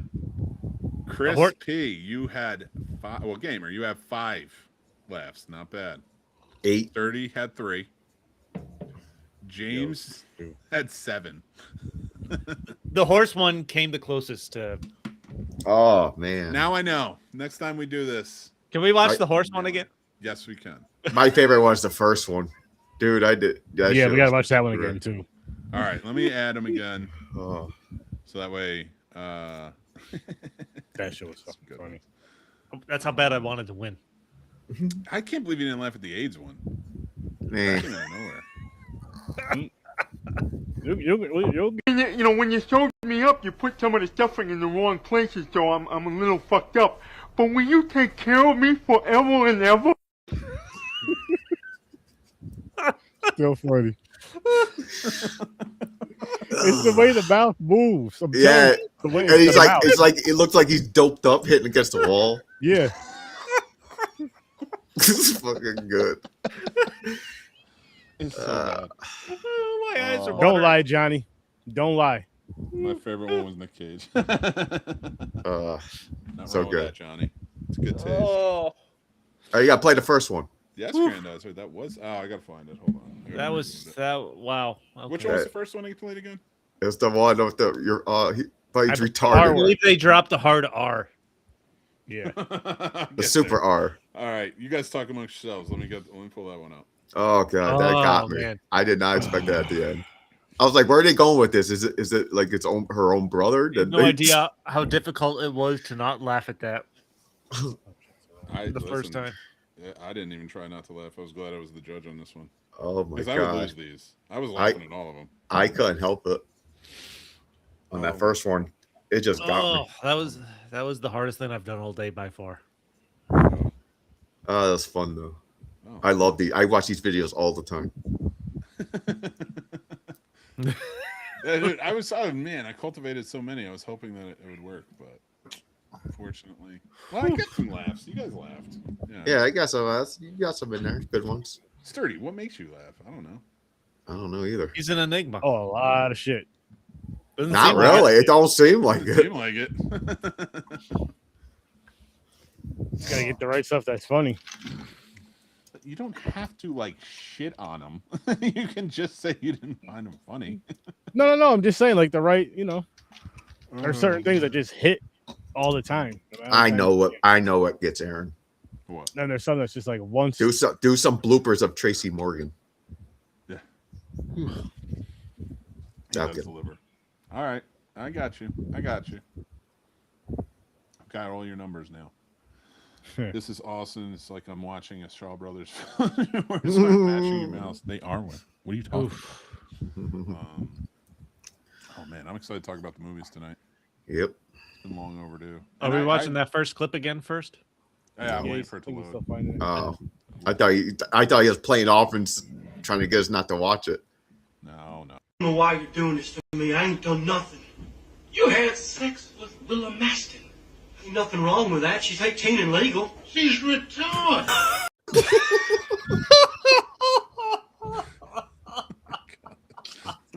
It was funnier the first time for me. I think because I knew what was coming. No, because the first one got the me. first one was like the shock factor laugh. Like, oh shit, they went there. It's still fucking funny. It is. I love it.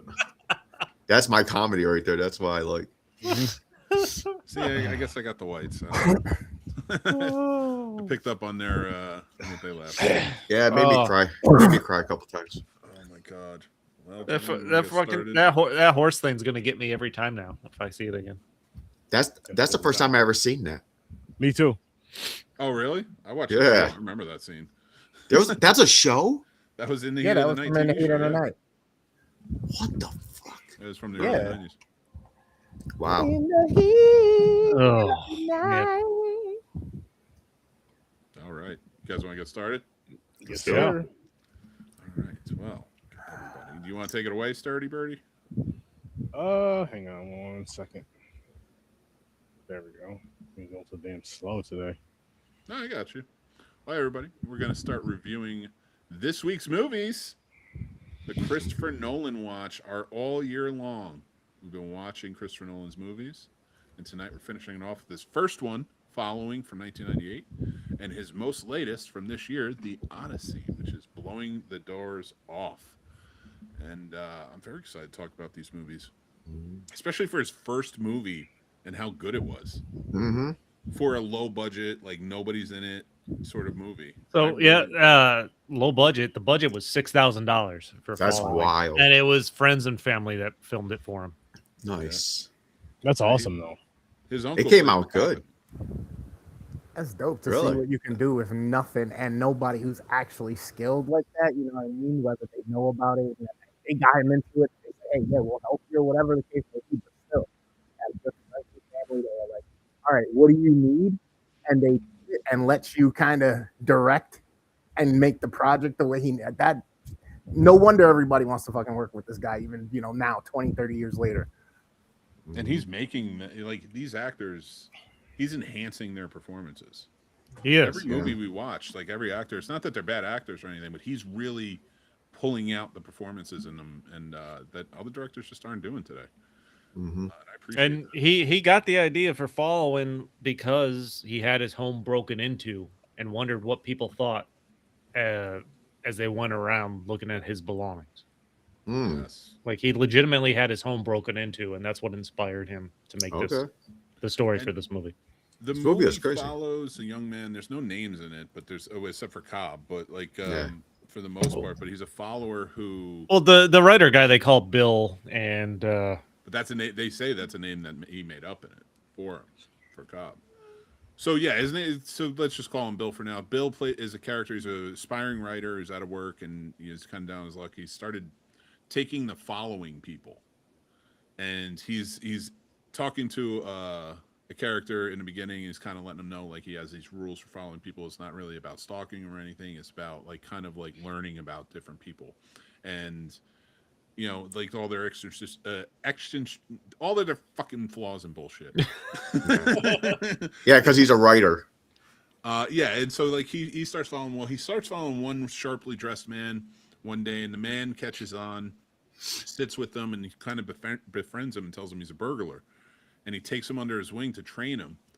And after that happens, he finds himself falling into the seedy side of the underbelly of London, and things go awry. I don't want to give away too much because it's a pretty good thriller, in the sense that the intensity in the actors is there and the characters and what's happening. And I thought this was really well done in that instance. And for a movie that cost $6,000, that's filmed with friends and family, it shows a lot of early brilliance, and I can see why he is where he is now. Because his second movie was Memento, which was the first movie we started off with this year, and was Nolan's hitman brother in this.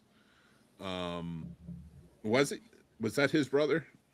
No, well, I know John Nolan plays the police officer in it, and he's also been in a lot of other Christopher Nolan movies. That's the only other Nolan in this movie. Yeah, he just passed away in April. Oh, damn.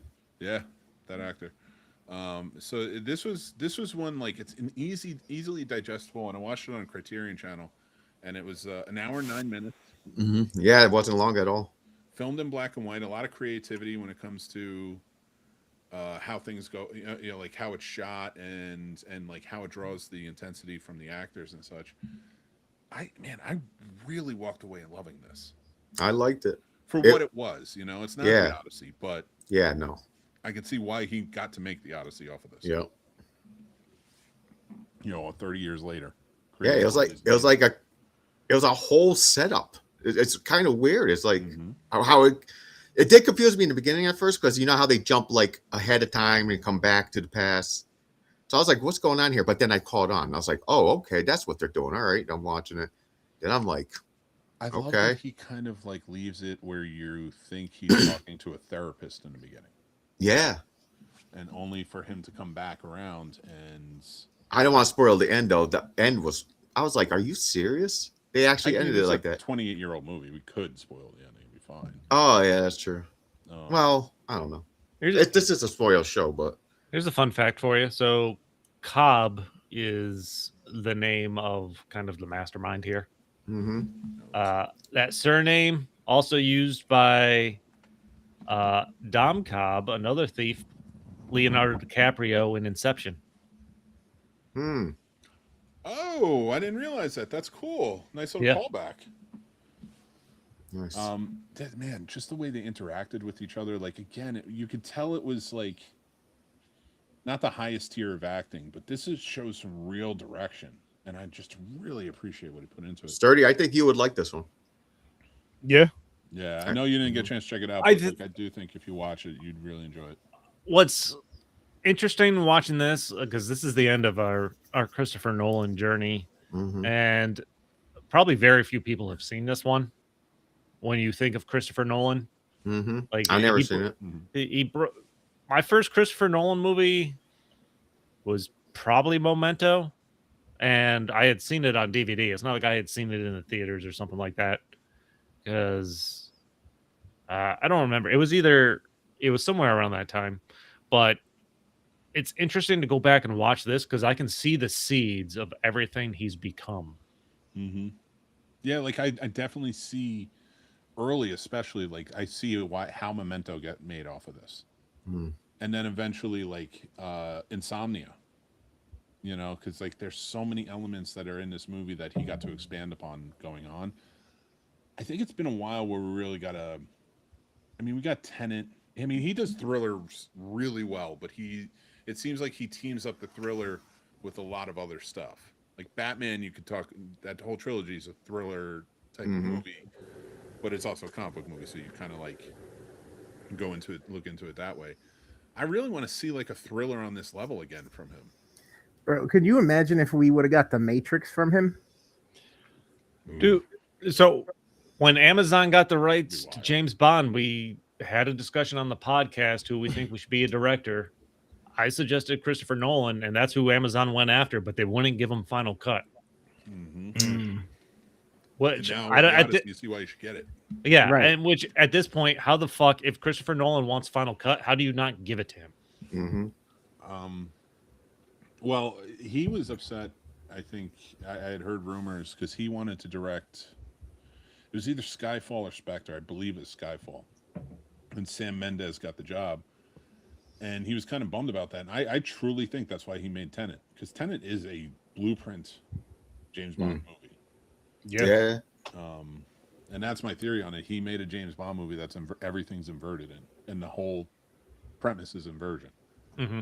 So man, he really put some stuff together. It's just fantastic. And following, man, like just every aspect of it. Like there's so many details that you go in. And I hate to ruin it for you, Sturdy, but No, you're fine. I know it's going to get spoiled. I know what this show is. So that's cool. I'll get to it. He, like, in his characters and in the story and the setup and stuff like that, like, everything is called back to. There's no, like, holes in the story. So it's really tightly woven. And I don't know but I mean, for a first movie, that doesn't happen. And I like how he went black and white with it. Yeah, I thought that was an interesting element of it too. Like going into it, I was like, that kind of turned me off a little bit because I didn't know what I was getting into. It's a neo-noir type setting that he was shooting for. Yeah. So Aaron, take this. This movie's like kind of like a con job. Okay. In a way. Yeah. Hey, there's a double cross definitely coming. If you guys can answer this question for me, I'll be impressed. How does this tie to the Shining movies that we've seen? Hold on. Is there an actor from The Shining in them? Oh, it's a bartender. Lloyd the bartender's in this? I don't know. I took a guess. The alias used by Bill, who is our writer that becomes a burglar, You know how he has that credit card they stole? Yeah, Don. Danny Lloyd's the name of the lead child actor in The Shining. D. Lloyd. Nice. That's cool. Okay. Oh shit. All right, I dig that. It's a nice callback, and he does that well. He calls back to all the That was purpose. That was purposeful. And He's good. Funny. He says, fun fact. Let me pull it up. His oldest brother, Tom. Oh, he said Tom, but then I think he changed his apologies as Matthew Nolan. A notorious hitman. And it's not a joke. I've heard that. I don't know the story or anything, but yeah, I guess his older brother is a hitman. Was a hitman. Sweet. No, they're both good. But their families. He has a talented family. They're both good at shooting. Different things. There you go. One film, one guns. Dude, there you go. I knew nothing about this movie going into it, and the idea of a struggling writer or a writer starting out that's just decides to start randomly following people for research on his characters. There was something about that idea I really enjoyed. Like that kind of pulled me in. I'm like, that's really intriguing. How it moved into them stealing and him being mentored in how to burgle houses and such, and the way they played it off. Like there's a system to that too. I love that there was a system to the following, and there's a system to the burgling. Like he was a purposeful MO. Like, oh, I'm gonna leave some stuff a little disheveled, or or I'm gonna take one thing. Like he took one earring from one. No, that was the thing. That was the thing about the burglaring, if however you want to say it. Burglaring. Yeah, I've lost track of my humbug. But they weren't breaking into houses to necessarily steal shit. They were doing it to fuck with people's lives and make them realize, like, I forgot what was the phrase he used. We make them realize what they have. We take what they have so that they realize, we take what. Yeah, fuck. Now I fucked it up. No, it wasn't about them just necessarily breaking into houses and stealing shit. Yeah, we take things to make them realize what they've lost. Yes, I believe. I don't know if that's a direct quote. I'm just kind of something. No, it sounded like that. It's close because they're in the one house, and Cobb is able to narrow down like the people that live there, their personalities, who they may be. Like they go into the first house they break into, Cobb and Bill, our writer, main character, they fucking just open a bottle of wine. He's like, are we not going to take anything? No, it's they want us. Everybody has a box, like a box of personal stuff. They want us to see this. They want to, we want to make them realize what they could lose or what they've lost, the importance of it. And that's what made it more interesting as opposed to a movie where they're literally just breaking in and stealing shit. Like they set up the cheating wife.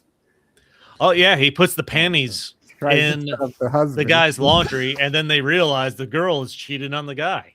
Yeah, it's wild, dude. But not just that, how it comes back later. Yeah, grab those panties to do those things. And where they're sitting in the diner, and she walks in with her actual husband, and the guy and our writer Bill is like, she recognized me. She's like, not gonna say anything. She's with her actual husband, and we saw her with another guy. Yep. Oh yeah, again, like I said, no holes. Like he pulls everything together so well, and to get to the end when the double cross happens, and you're like, oh my god, he set this up from the beginning. Every little bit, He when he's like, get a haircut, get a suit, like he's like setting him up to fall for everything, and it works so well. Follow Mick Manhattan around. You can write a top TV series. First of all, it's granddad. That's scary because there's plenty of people who watch these shows and that's happened.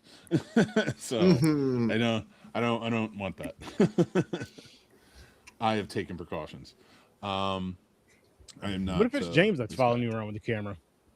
Well, what? Okay. That's just my son. Would you feel comfortable with that? James following you around everything you do, everywhere you go? Oh, Sturdy, I got one for you. I know I'll make you laugh. You ready? Because it's a Jack joke. No, what do you say? Oh, it's good. We were watching Night of the Lapist today. It's a 1972 movie about giant mutant robots. Yeah, this was And at one point, Janet Leigh's character is like lighting him on fire, and they show one lit on fire, and he just goes, "This bunny's on fire." That's something I know would have been a hell of a lot funny too if you're there. It was. I'm like watching the movie. I look over and I'm like, "Where did you get that?" He's like, "Oh, it came to me." And it's the first time he's seen that too. That's even better. Yeah, first time. That's on point. He's witty. He's quick. Yeah. Yep. And his favorite podcast apparently is Horror Was So Sturdy. Yep. Not He gets that from his black side. He might be lying about that one. He loves horror movies, so I mean, he within limit. He doesn't watch a lot. I think he loves the idea of horror movies like we did when we were kids. Oh yeah. He That's cool though. Me and Jack got to talk for a little bit. We annoyed Mick within like 30 seconds. 30 seconds. That's like when we met with Anthony. Pretty much. He grabbed his belt like he was gonna spank us. I think Mick was thinking the same thing. Had I been over there, No. You go stand in the corner. I gotta let the comedy and the wit go. I can't like. He would make us both stand in opposite corners. Don't look at each other either. I'm not gonna get pissed off about it. I'm sure he's gonna piss off. Oh, the so teachers. wait, so you and Jack had interesting conversation, like funny stuff. Okay, it's my turn. Let me have a meeting. Nope. Nope. Oh man. Oh, but We'll have some combos. No, he has watched a lot of the Christopher Nolan watches this year. Awesome. A lot of them are good, like Interstellar. You know, he watched Inception. He really enjoyed the Batman. Inception is if it's his first time that age, if it was probably a fucking mind fuck. He reads a lot of physics books. I don't know. Oh, like this is okay. not. I'm Sure he's starting to your think kid? My wife cheated on me. Probably. Right answer. I literally just said that as you said you thought your wife was cheated. Yeah, no, he's a smart kid. They both are. Both those, and like, yeah, that they don't get it from me. Let's just say that. But they That's are awesome, though. like they were really enjoying the Nolan watches this year, and I didn't let him watch Following because I thought I had seen this, and I never did. I watched it. And I'm like, oh, this is not what I thought it was. Oh. So I was like, oh my god, I thought, and I was very intrigued by the entire thing, watching it all the way through, and I just didn't know what was going to happen, so I couldn't let him watch. Yeah. You know, but there was really nothing. No. Even that, like, No, it wasn't a bad story. Did you guys give your ratings for follow? Oh, sorry, Chris. No, I did No, not. because I was in charge this week and I'm inept. I Alright, told you, I'm not You myself. guys, This is what happens when it's what happens when Sturdy's not really running the show. Yeah. So yeah, You guys are ready. Listen, I'm this old. All right. so what's- we all are. What's everybody's rating? Yeah. So Kick off. Fade, what's your rating, Fade, for Following? I liked it. I mean, it's his first movie. Impressive. I'm giving it a 6.5. Okay. Stories from a bar, Chris. Yeah, I am gonna go 7. What I like that I having gone on this Christopher Nolan journey, I can see where all these seeds were planted and how they've grown into everything else he's done. Mm-hmm. If I had watched this before having seen all of his other movies, honestly, it might be a little lower. Okay. Interesting. Does it have? Because I didn't see it yet, but I'm gonna watch it sometime this week. Does that have anything to do with like how much better he got from this movie to? We're talking about soon, the Odyssey. I mean, he started off strong. He started. No, this is a strong start by far. Oh, but if this is the only movie of his that I have seen, I'd probably give it like a 6. Okay. I'll tell you what though, if I saw this, somebody handed it to me, it was like, this is a first-time filmmaker in 1998 made this movie. I'd be like, this is a really good filmmaker. Where is he? That's the other side of the coin, I guess, to that argument. But okay, yeah. But I think I'm taking it from the perspective of like $6,000 budget for this, filming it with friends and family, like that's genius. That's genius. Mm-hmm. The focus is definitely not necessarily on the acting in this one. Not that the acting is bad, but this was story driven and plot twist. Yeah, plot twist and stuff. That's good. I will give the acting credit, like, because the actors aren't the strongest part of this at all. But No. there's really clear direction. Like, they are actually emoting. There are actual like good conversations that are going back and forth. So you could tell, like, that's a sign of a great director. Yeah, Mm-hmm. yeah. Sure. It's. I mean, we know that now. Again, and like I say, having watched all his other stuff and how he's grown, going back and watching this makes me appreciate how this was done as his first movie, and makes it even more impressive than had I just watched this, not having not having known about Christopher Nolan or seen any of his other stuff. You know what I mean? How about you, gamer? Yeah, I'm kind of with stories there. I was a little bit torn on it. I was giving it kind of a 6.5, 7 range, and then knowing that it's his first film, I was like, I think that deserves a little bit more, especially it being his first major attempt. Now learning how the budget is, yeah, I'm giving this a 7. Nice. Mick? 7. 7. It's not his strongest, but it's definitely a lot of brilliance. It's to good. answer A lot of Sally's brilliance. Question. Facts. Don't remake it. I No. don't like. Hitchcock used to do that a lot, and like I get why, but this has so much brilliance to it that is so early on. I think this not being remade is inspiring to filmmakers, and that's why this should just be enhanced and not remade. I don't think we have it to worry about this ever getting remade. No, I just, but to that point though, there are a lot of filmmakers who might, and I think that does a disservice to the early brilliance. Like if Spielberg ever remade Duel is an early brilliant movie that shows like he was a really good filmmaker. I never seen it. It's a horror movie. You'd probably appreciate it. Okay. It's about a sadistic trucker chasing a guy in his car all around. Fun. It's well done. He does a really good job with it. Sounds like a good time to me. Yep. I'll be right back. That's another one where, yeah, but like this one, a 7, solid 7 too. Like, and of course it's not on the level, but it's good. It's great. But I think you would like it, Aaron. So put it in your list. Oh, I'm gonna watch it because I always watch the pod movies if I miss a movie or two. So I'm gonna watch it. And I'll have my rating for it next show. Let's all guess his rating. What do you think it's going to be? For what, Odyssey? No, for following next week. I think he's gonna follow suit. I think it's gonna be 7. He'll give a 7. I'm going to say 6. Okay. Not enough. I think. In the black. Well, I was gonna say 5.5, 6. No, here's the thing. There's Sturdy. There's he loves black and white movies. It's like it's automatic. It's very true. But this type of style, Aaron, I think you're gonna like it because it reminds me of the type of storytelling, like the whole. How you say it? Yeah, that's still on my list. I need to watch that. That's a good movie. I would love to. Where did we review that here? Right? No. Or is that cinematic canon? I think that was cinematic canon. If we didn't review that here, we should definitely review. That was an excellent movie. That was a good movie. Yeah, it was cinematic canon because we never heard of it. Ibrahim found them. Okay. Nice. Yeah, this is like, but like what you're saying with this, like Sturdy. Remember when you were doing the watching the short films and rating them for CFF? Yeah. Like, if this was in there, you'd be like, "Oh, this belongs way okay." Outside of here." Okay. You know, like one of those. Like, and I'm not putting any of those movies down. They were great, but it's Christopher. And like anybody who's like, "Oh yeah, we comparing." Yeah, I am because it's Christopher Nolan. We just saw what he's made since. So like that is like he is a special kind of filmmaker that's on a different level. And it started with his first movie. That's so fantastic. Yeah, it's crazy. So I recommend it. I think people should check it out for sure. Yeah, 100%. All his movies actually, they're all good. Yeah, before we get to his last one, let's kind of recap real quick the everything we've seen so far. Like, are we still on board? Like, I don't think there's any, like you said, every one of his movies is fantastic. Oh yeah, every one of them. I think he's one of my favorite directors now. I could never say that, but I could say Christopher Nolan is like, he's a good director. I'll just throw this out there. I believe he's already said it's going to be like 3 years before he makes another movie. He needs a break. Yeah. Good. As far as my favorite, I can't say because I would want to see more. Like I want to see other directors. You know what I mean?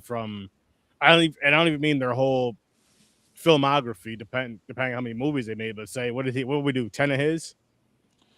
Yeah, roughly. I can't. 9. I'd say roughly doing like 10 to 12 of other directors just to kind of keep it around that same number.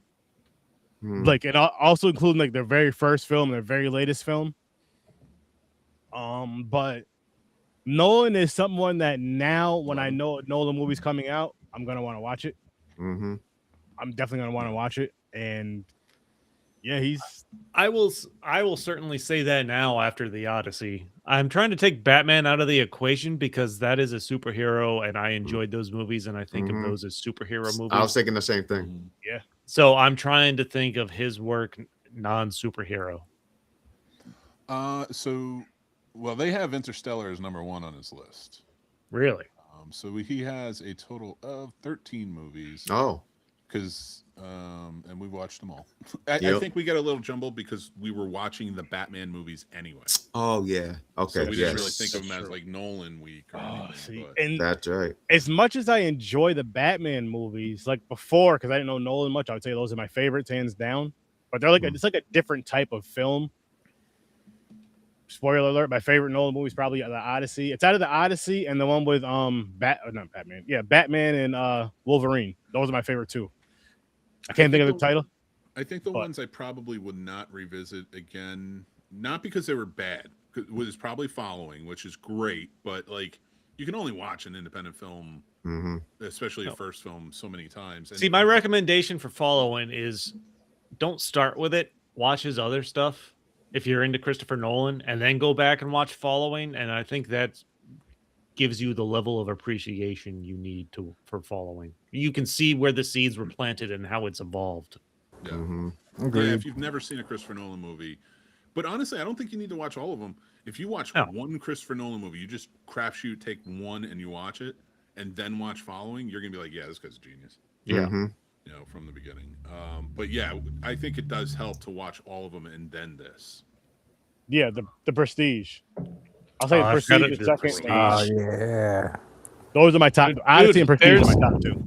There's a lot of push for him to make a horror movie now after the Odyssey. I wouldn't. As a matter of fact, I would love that because what he would do, just visually, would be amazing, but story wise, would be phenomenal. I mean, there's so much, and we're gonna get into the Odyssey in just a minute, but there's so much in the Odyssey that does lend itself to horror. But if you go back to even Oppenheimer, this is a biopic about a dude who's just made the bombs, but it was so tense the entire time. One, you got to give it to the sound. The sound is what made it the most intense. And lots of great cuts in it. But that almost played like a horror movie at times with the intensity that was going into it, like in a beautiful way. So like for him to really go all out, oh my god! And you know what his favorite movie is? What's that? Talladega Nights. I love Talladega. Wow. Really? But you wouldn't expect it. But he says it. He's like, I love it. He's like, I love American comedy. It's there's something about it. I think he's so into time. If you think about his movies, time plays a huge role in all of them. And what is comedy with that? But time. Timing, right? Yeah. Gamer. If that chair breaks. If that chair breaks. Oh my god! Like, are you sitting sideways? I can't even. I'm laying down actually. I don't care. I was hoping you were in a chair because we just saw your head. My camera started moving. Yeah, I thought he was tipping over. I thought he was leaning back. I thought he was coming in from the side of his screen here. No. I remember when Inception blew me away, and I was like, "They'll never make a movie like this again." And now I'm like, he's made like 7 since then. I'm like, yeah, all right, yeah. But like, is he setting the bar too high for himself then? He keeps meeting it. Right. Most people go, damn, how do I one up myself or do any better? But he just keeps staying at a level. Yeah. Even Dunkirk is another one I might not rewatch because it's a heavy war movie, but it was well done. Well done. Yeah. Oh, good. That I would agree. It was an excellent movie, but it's not the type of movie I'm into. Where Me too. I would watch it again. Same. Well, I always found people weird who watch war movies for fun. Yeah. Like Rambo, I get it's stupid, whatever. It's supposed to be that, but like, no, like legit, like real I'm not gonna things watch that happen. Saving Private Ryan over and over again. No. Saving Ryan's Privates is a different story. That is that's a much. Did you direct that one, Mick? No, they don't let me direct. Hollywood was like, you don't have the eye, kid. No, I meant Saving Ryan's Private. Oh yeah, no, even that Hollywood wouldn't let me either. I was the San buffer. Fernando Hollywood wouldn't let me either. The fluffer. I had that mechanic arm from the thing.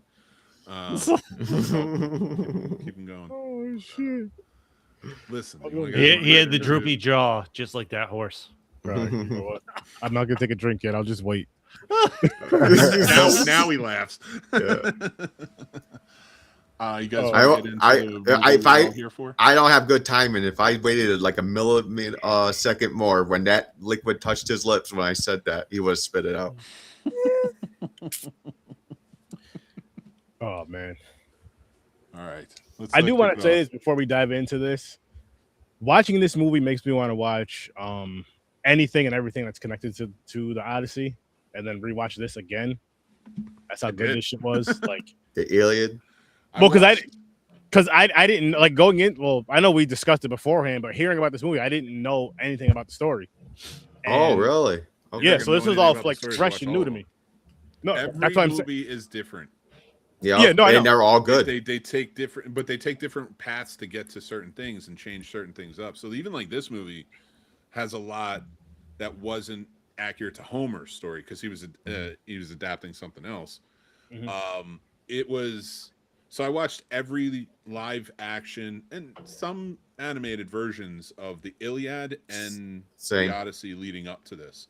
There's 3 short I'd say they're about 16 minutes, maybe 20 silent films that I didn't see those. did some really cool practical effects, Okay. especially the Cyclops scene, things like that. I really enjoyed those. I would say if you're going to watch anything for the Iliad, I really liked an Italian film called The Fury of Achilles, which was interesting and worth checking out, I think. The Ulysses movie from the 50s where because Ulysses is the Latin version of Odysseus, with Kirk Douglas was fun. It was an interesting one. That's an Italian film too. It was a good one. But if you're going to watch any of them and you really want it closely woven, watch The Odyssey from 1997 with Armando Assante. They incorporate the gods more. There's some the stories actually are like following kind of how it goes in the book. In the story, in the poem, I should say, and it's an interesting one to worth checking out as a mini series. Mm-hmm. All right, so I've seen that. If you want to watch, I think the best live action version of the Iliad that compares well with this in look and tone, watch Troy. Oh yeah, That's on. I haven't seen Troy, and I was going to ask you about that. They don't incorporate the gods, which kind of sucks. Sean Bean plays Odysseus in that one. There is some others. They add Ajax Major. There's no Ajax Minor in it. They change it up because after the storm, because the storming of Troy, the siege, that's not in the Iliad. That's in the Odyssey. The Iliad ends, I think, right after Paris dies. I'm not 100% sure. I've watched so many versions and they're so different. Now I just don't even know. Yeah, I know. I've seen a lot of different versions. Yeah, they're worth checking out though. They've lasted 3,200 years. I listen to the Troy battle scene in this. Maybe you want to go play Assassin's Creed. Honestly, I can see that. I can see that. I kind of want them to make an Assassin's Creed based on this world. Yeah, that would be interesting. Or an Achilles game or something. Didn't they? Not that time. I don't think. Odyssey wasn't around that time. Assassin's Creed Odyssey. I don't know. It's Around the Greek-Roman war. I'm trying to remember. I don't remember. No, Romans weren't even a thing yet. No. When Odyssey was taking place, because when Homer wrote the stories, it was like 400 years after it happened, and it was all by spoken word. There was no writing. The way this movie ends, like where they're saying like it's like the end of the Bronze Age, which they wouldn't have said, but it really was like, the people who could write, they just were not there anymore, and a lot of sieges going on, things like that, and it's called the Greek Dark Ages. 400 years where everything was lost. The libraries, everything, they were all lost. So yeah, wow. Assassin's Creed Odyssey takes place 431 BC to 422, which is at the beginning of the outbreak of the Athens-Sparta War. Yeah, that's far after those. That's far after, yeah. And then, but it's still an interesting one. That's a great time to kind of study too. It's really, there's a lot of intriguing stuff that went into this. And these aren't the only poems. These are just the oldest versions of them. There's more that go on. Even Odysseus is mentioned in Dante's Inferno. Oh, really? Okay. Hell, yeah. And he talks about how he was killed. And then there's the epic poem of Telgany, who is his son with Circe. in it, and he kills him by accident. Hmm. And that's kind of one of the ways they say there's a lot of things that, like, you just go look up Odysseus, or even like any of it on or the Iliad. Start deep diving. Yeah, it's interesting.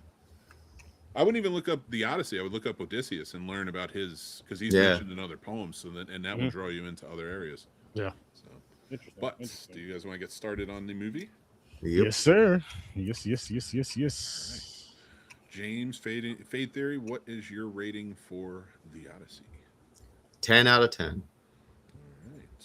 All right. Stories. I don't know Wow. I know I'm last. That's all I know. And you deserve it. Yes. Stories. What you got? 10. Absolutely a 10. Gamer. I was at a 9. Okay. I give it 11. I'm starting a new thing. It's an 11 for me. This is my favorite Chris Nolan movie. I gave this one a 10 as well. This was just a phenomenal movie. And even going into it without knowing anything, it gave you enough to at least know what was going on. You even though I didn't have like the previous portions of the story. This right here told enough for you to understand what's going on. See, and I got to give Nolan credit for that, because there's a lot of times you can watch films that can be really good in depth, but they leave out that portion of what the fuck is going on. Even if it's a continuation of another story, there's a lot of films that will leave that, you know what I mean? Leave that chunk out of what the fuck is going on, because it's great for first time viewers. And it's great for people that know the story as just as like maybe a refresher or reminder for some of the stuff that leads up to what goes on in this film. But this was a phenomenal movie. Yeah, there's a lot of people who are kind of complaining that they left certain things out from the story, like the No Man storyline with the Cyclops, because in the story, the Cyclops then the men speak to each other, and he goes, "What is your name?" Because he has other brothers on the Cyclops who are other brothers on the island as well, and he goes, "My name is No Man," and then when they stab him in the eye and they blind him, he screams out, "No man is killing me." So that way the other Cyclops will think he's fine. So it's like an interesting like play on how they do things. And Cersei, he's there for a year. He stays with her for a year until she turns his men back, and she gets her pregnant. Quite a few. So Calypso, 7 years, but it's a little different how they do that. Like the Lotus Eaters is different. It's not Calypso. The men start eating lotus and they lose like 2 or 3 years of their time because they just keep eating and forgetting. So there's some elements, but I'm glad he kind of cut this down into what he did and turned it into this PTSD driven story about a soldier coming home from war.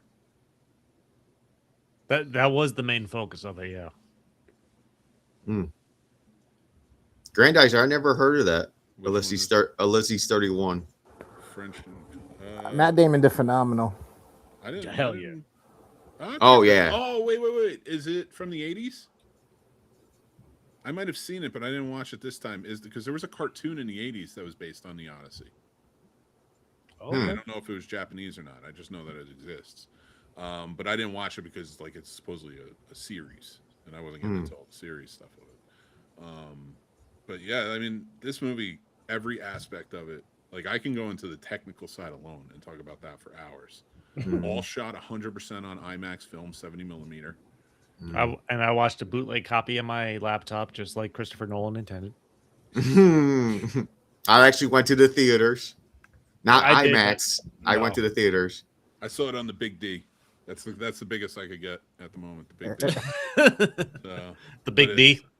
The one thing I like about the Big D is that it's a bigger screen, but it's also very much incorporating the sound.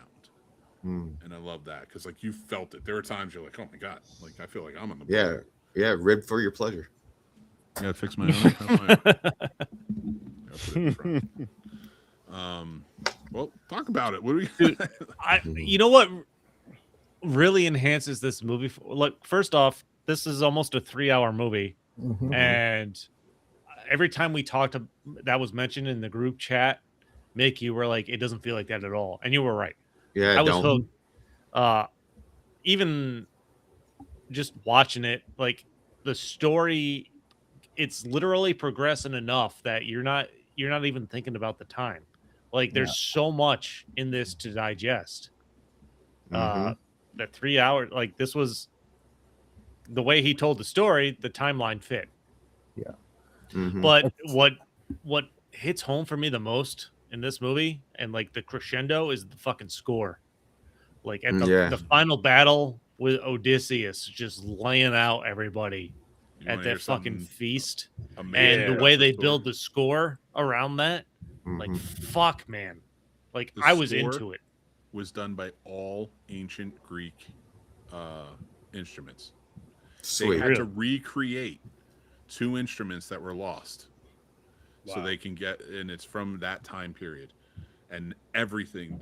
What's his name? I can't think of his name. The one who did the score for Ludwig Göransson.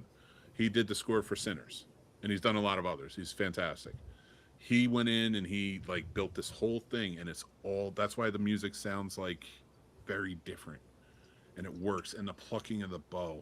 Oh, yeah, that's awesome. That's such an epic way to call back to who you are. It's truly brilliant. I've just every aspect of this movie, like everybody's playing well off of each other. I didn't mind the Americanized sort of dialogue, which I thought I would. I was going in and I'm like, I don't know if this is gonna work, and then it did. It made it easily digestible, so I could focus on what was going on in the actual emotion of the story. So it helped me. That's why I brilliant. And you know what? I'm not gonna lie. Like, I love Tom Holland, but it's hard to see him outside of Spider-Man. Oh, I had no problem with that. It's hard for me.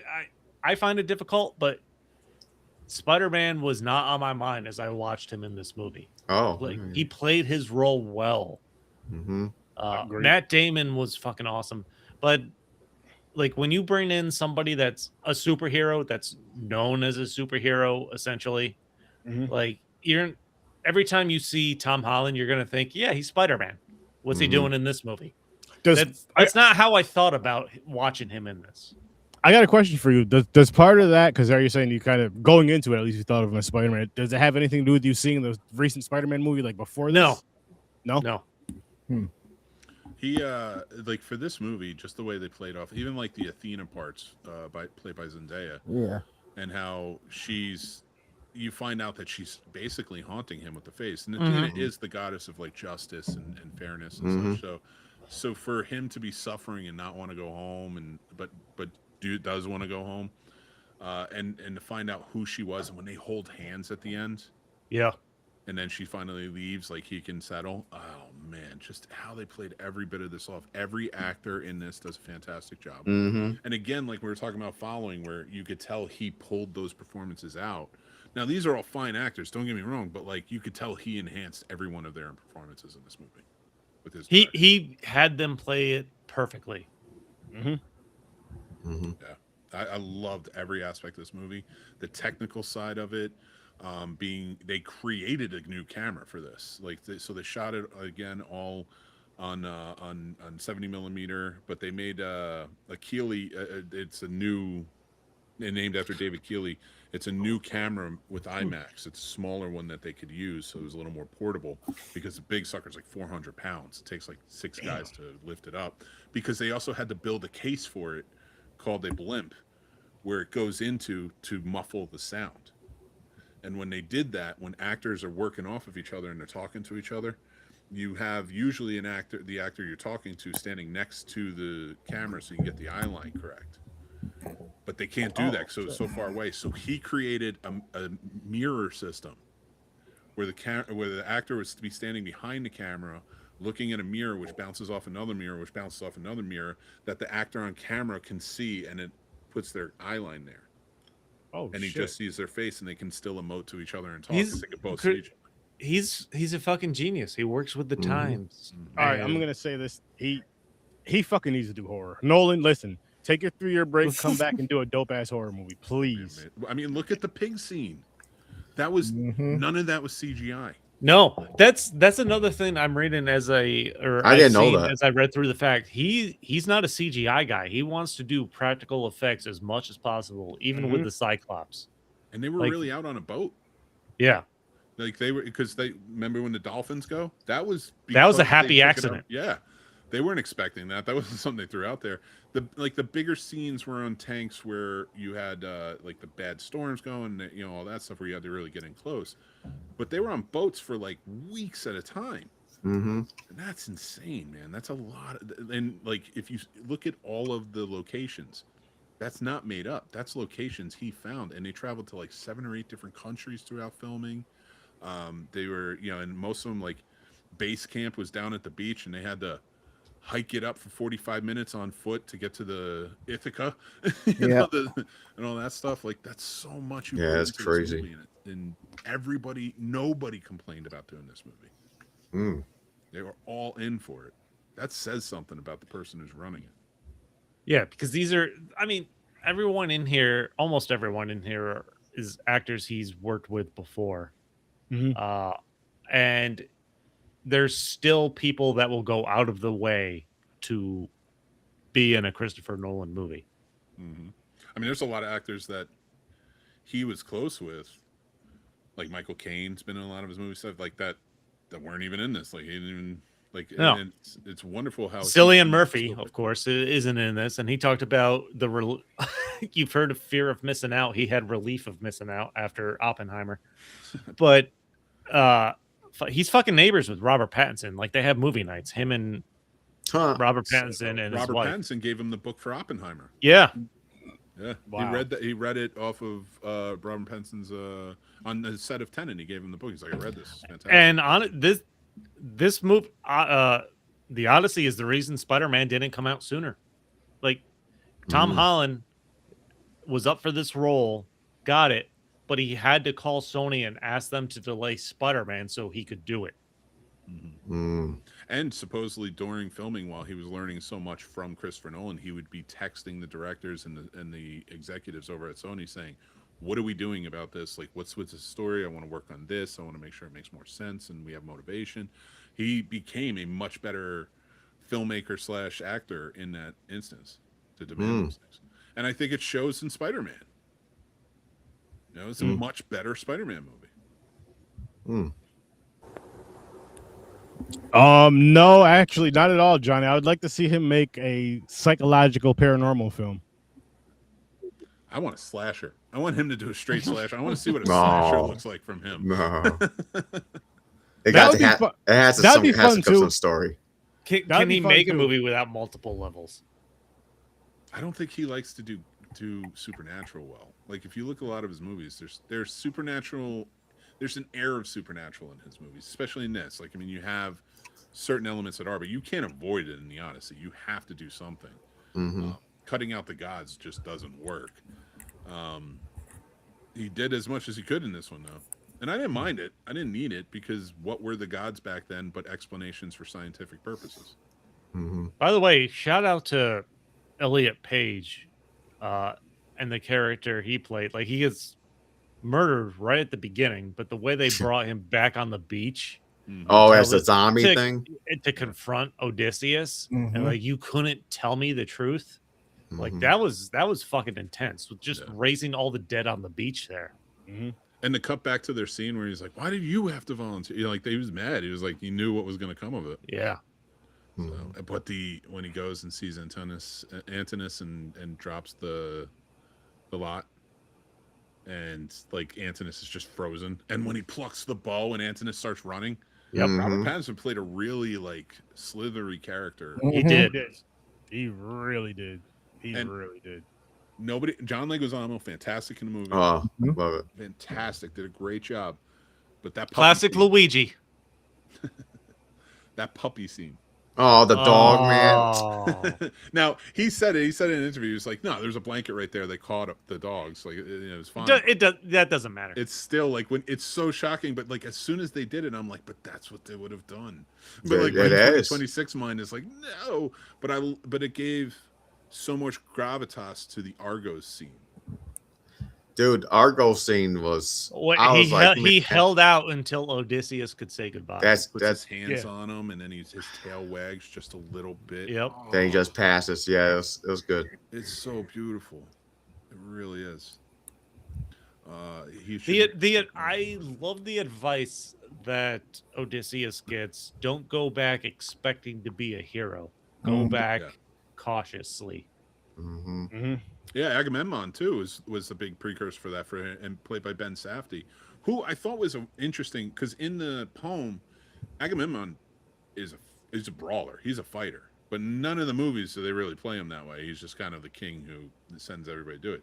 He fights. Like there's a point in the book where he goes out, I think it's book 9 or something in the poem, where he goes out and like Achilles isn't there, so he's wrecking house and like murdering a bunch of and he wins the day on that one. But to make this one sort of the idea of like he's got not one mark in 10 years on his entire armor. He is perfectly preserved the entire time. He's like a Darth Vader type figure walking in. That siege was heartbreaking. All you hear is women and children screaming. Oh, it really like just everything about it just like kind of breaks your heart. What were your favorite scenes? Honestly, one of my favorite scenes is when everybody feels or everybody knows that Odysseus is actually back, and the way everybody's just like, oh shit. Like, when the second he restrains that bow. Yeah. And then when the bing and his wife knew like, oh yep, he's back. She turns around and then Mia Goth's character, I believe you belong down there. Yeah, that was great. And just the cool thing I see in this movie too is because again, my wife is into all this type of she's into all this type of shit. So this is right up her alley. So she's seen Troy and all that other stuff. So when we're sitting in the theater, we're sitting in the recliners. I look over at her and she's over here fucking shoes off, sitting Indian style, just locked in. Yes, I love that. I don't like the raising the dead on the beach. I thought it was really good. That was awesome. That was all practical. It was. No, I watched an interview. Elliot Page was on Fallon talking about that. Like people were under the sand with straws and stuff like that. Yeah, they had to dig them very shallow with the That's crazy. That's like, cool. No, it worked. No though. joke, man. Christopher Nolan's as practical as you can get on that kind of movie.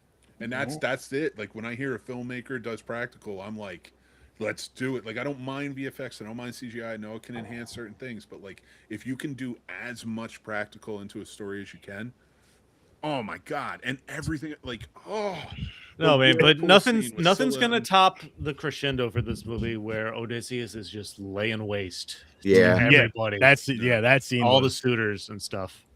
And even though it was sad, but the argue scene You when had he came back. Temecula, Tom Holland trying to stop the guy from throwing stuff down through the floor. Just the fucking score, man. It's just it adds to it. It builds it so much. Like it Logan is Marshall just Green so intense. Played that servant, the cowherder who, I can't think of his name at the moment, but Leguizamo's character kept yelling at. And it does such a good job in that too. And Johnny's on it too, where Odysseus is just relaying to his wife, like, what if Odysseus is not the same person anymore? Yeah, I think the Cersei scene deserves credit too. I like the whole beach flashback, him talking to the lady that found him and everything, and him recovering his memory, and then finally going back, like just seeing all this shit, them being in the fucking Trojan horse for as long as they were, him explaining how much they went through, people drowning on the tide, people pissing there, and then them working, like it actually worked. They carried the fucking thing back into their palace, set it up, and like nothing happened and everything. And then at night they all come out little by little, one by one, out of the damn horse and start taking them out. Talking about watching men drown in front of them. Buried in the beach. It's always talked about as like this great epic strategic thing in a war, and we don't really think about it as like this is pretty underhanded, and there's a lot of stuff that went into it. I mean the whole thing, the horse looks the most badass out of any of them. Like I don't know but it makes sense that like there would be carpenters on that beach. By the way, I want to shout out the scene where Matt Damon listens to the siren song. Yes, he's tied to the fucking mast, and you find out what it means. Yes. And I love that they added manatees next to the women.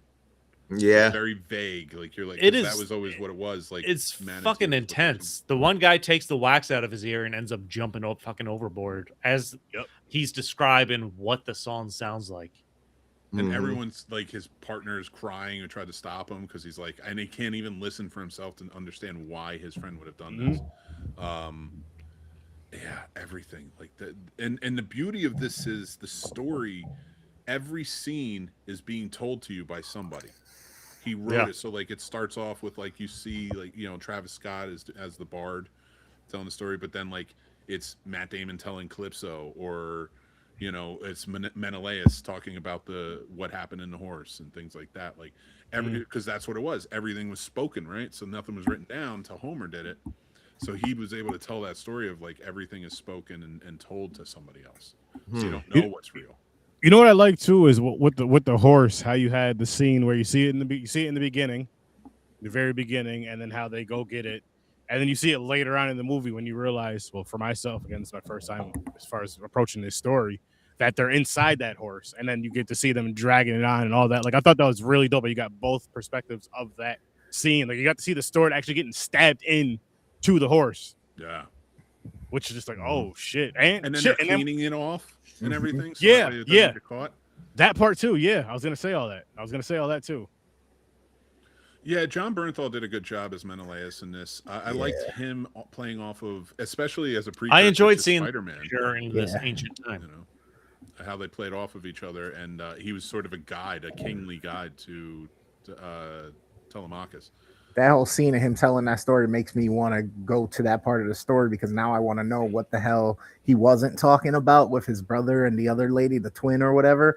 So I want to know now what's up with that side of the story, that he was like, no, we're not going to talk about that. He just wants to hear about his dad.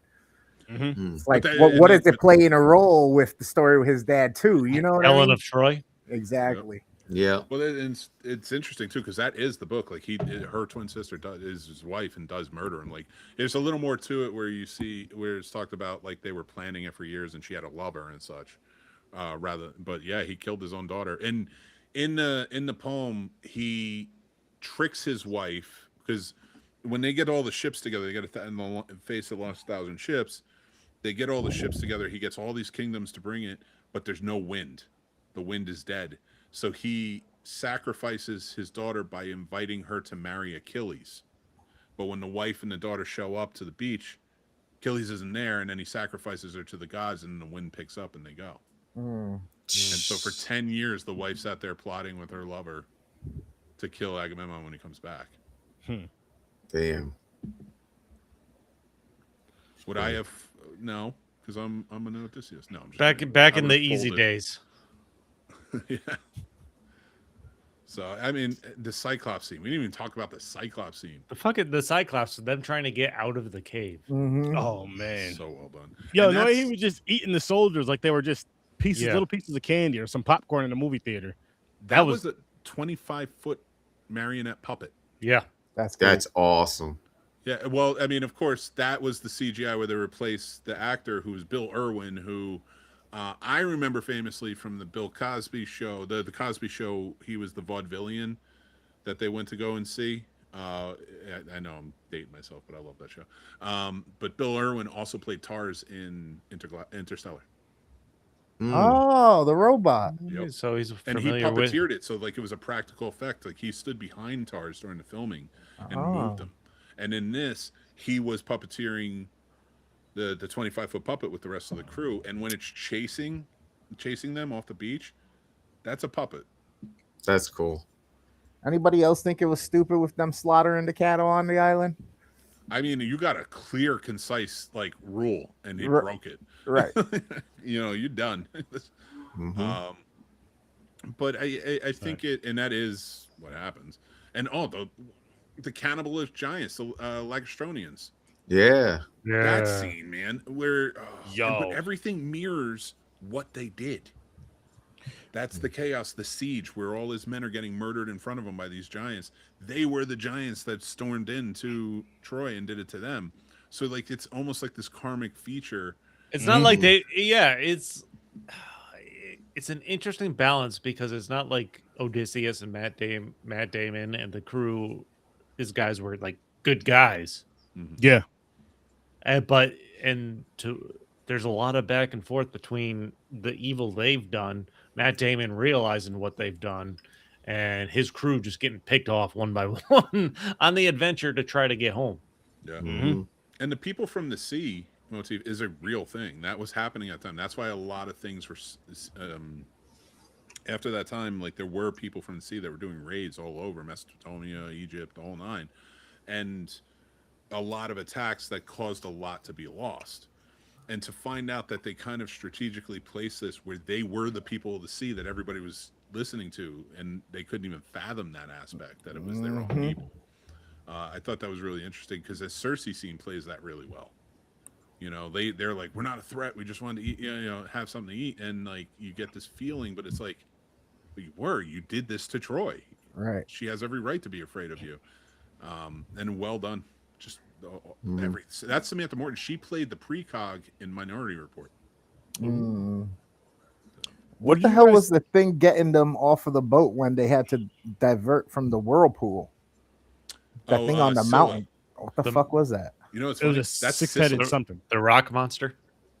Yeah, it's so Scylla, the six-headed monster, and it comes down and it takes 6 of the soldiers, and that is it. Actually, it's funny because in the Odyssey miniseries, they actually go into the whirlpool to avoid Scylla, and it takes his entire crew.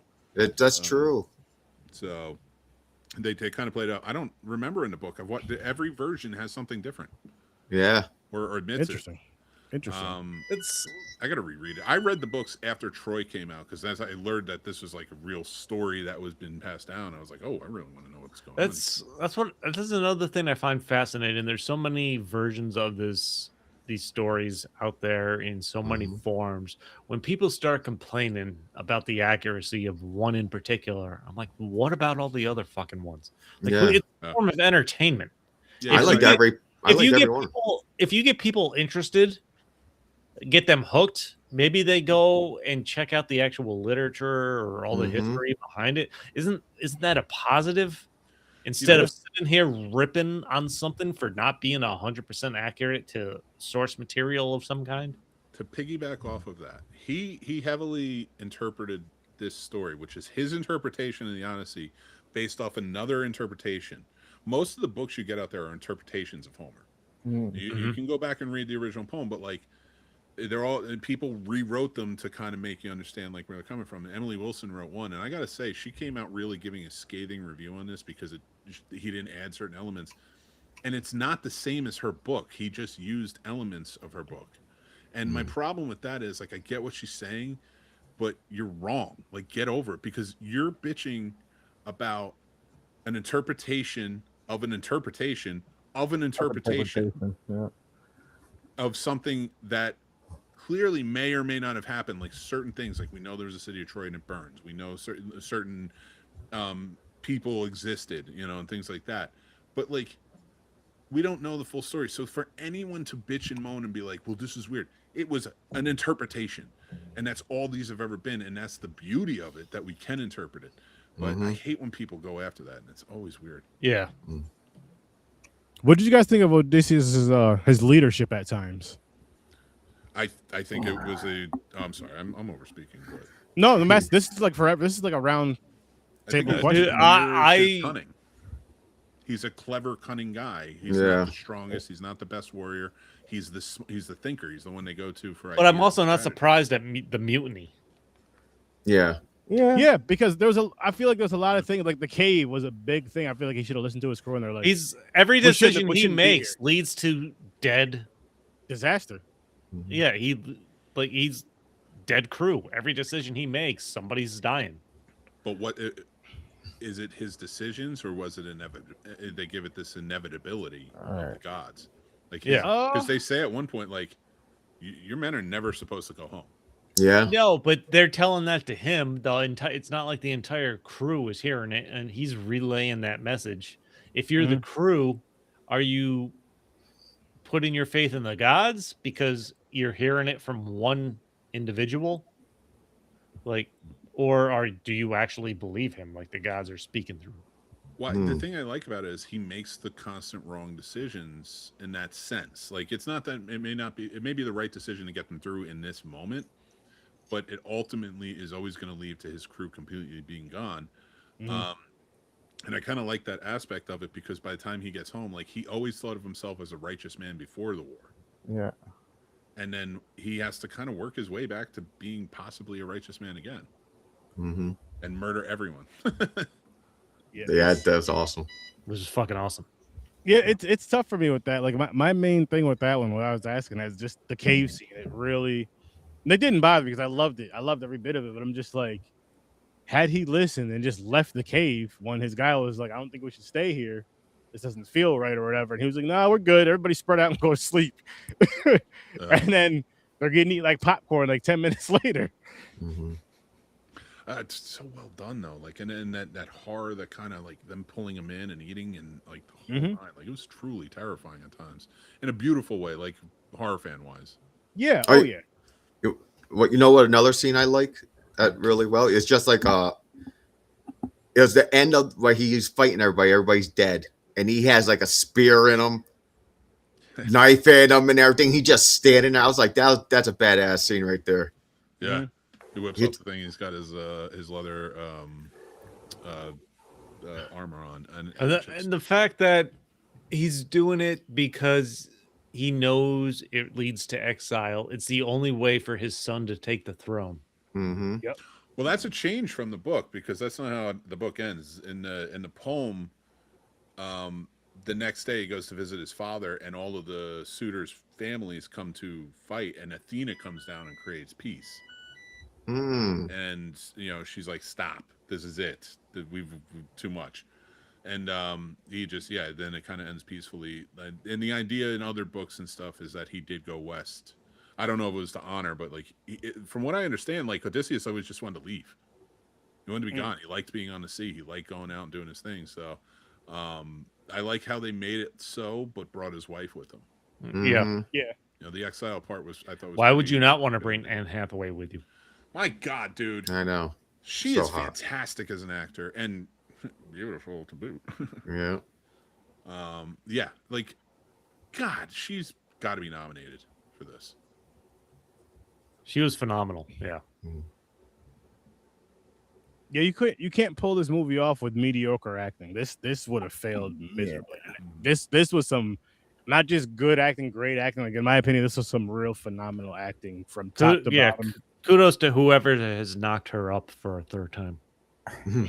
Yeah, like, he's very lucky. Yeah, it's a very sine wave pacing, very up and down with this storytelling or whatnot. So you have to make sure you got the right cast to carry it in those moments where it kind of lulls a little bit and then comes back up. But they do it so often throughout the fucking 3.5 hour movie that you again, the time just flies and you're just in it the whole time. Yeah, I did not look at my watch once. I was like, nope. No. And 3 times I saw this in theaters. Wow, that's God wild. damn.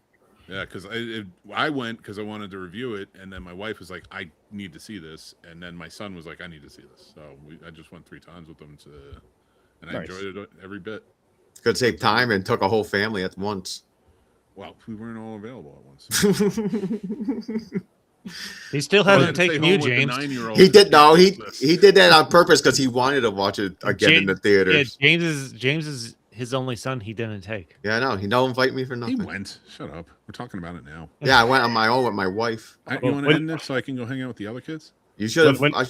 I should have asked you for allowance, and you should have Venmoed me. Listen, that would have been hilarious. Mick, I'm taking this. I'm Listen, taking this really go to to lady. AMC. I have no problem. He should have Venmoed you I the get ticket price. discounts at AMC. So you buy one stock of theirs for like $2, and you're a Stubbs member for life. Wow. And then you get a lot off everything. So yeah, but where's the AMC around us? I don't know. That's not my problem. Go figure it out. Saratoga. Oh, Go to Saratoga. Fuck. Damn, man. James is familiar with. You have a Stokes, Troy and but an not Ithaca. Drive really. it. Nah. Good. Troy sucks. Troylet. Yep. That's because it burned, man. Calm down. No, because it smells like sewer. I'll ask the panelists one more time. Which shooters? And it's all hills. Listen, It's all hills, and the streets don't make sense. Nope. You realize we got to watch. They're filming a new Conjuring movie in our area. It's gonna. We're gonna have to watch and review that when it comes. And Rensselaer. In Rensselaer, yeah. I forgot about reaching out and seeing if they needed extras. You could try still. They've been filming in Albany, I think now. No, I think today they started in Schenectady. Did it? I thought okay. I think it's downtown. I thought they were done with the Stockade and moved to Albany. I So don't is know. it a ghost that's at a strip club? They're at Shenanigans. Shenanigans might make an appearance. There you go. There you go. Yeah. Stripper ghost. That'd be some shit. That'd be some shit. Ed's just spending his whole time there. Lorraine's trying to get him out of there. He's talking about he's possessed. He's like, I can't. It won't let me leave. First communion from a stripper pole. There's they actually had to learn how to row a boat in this.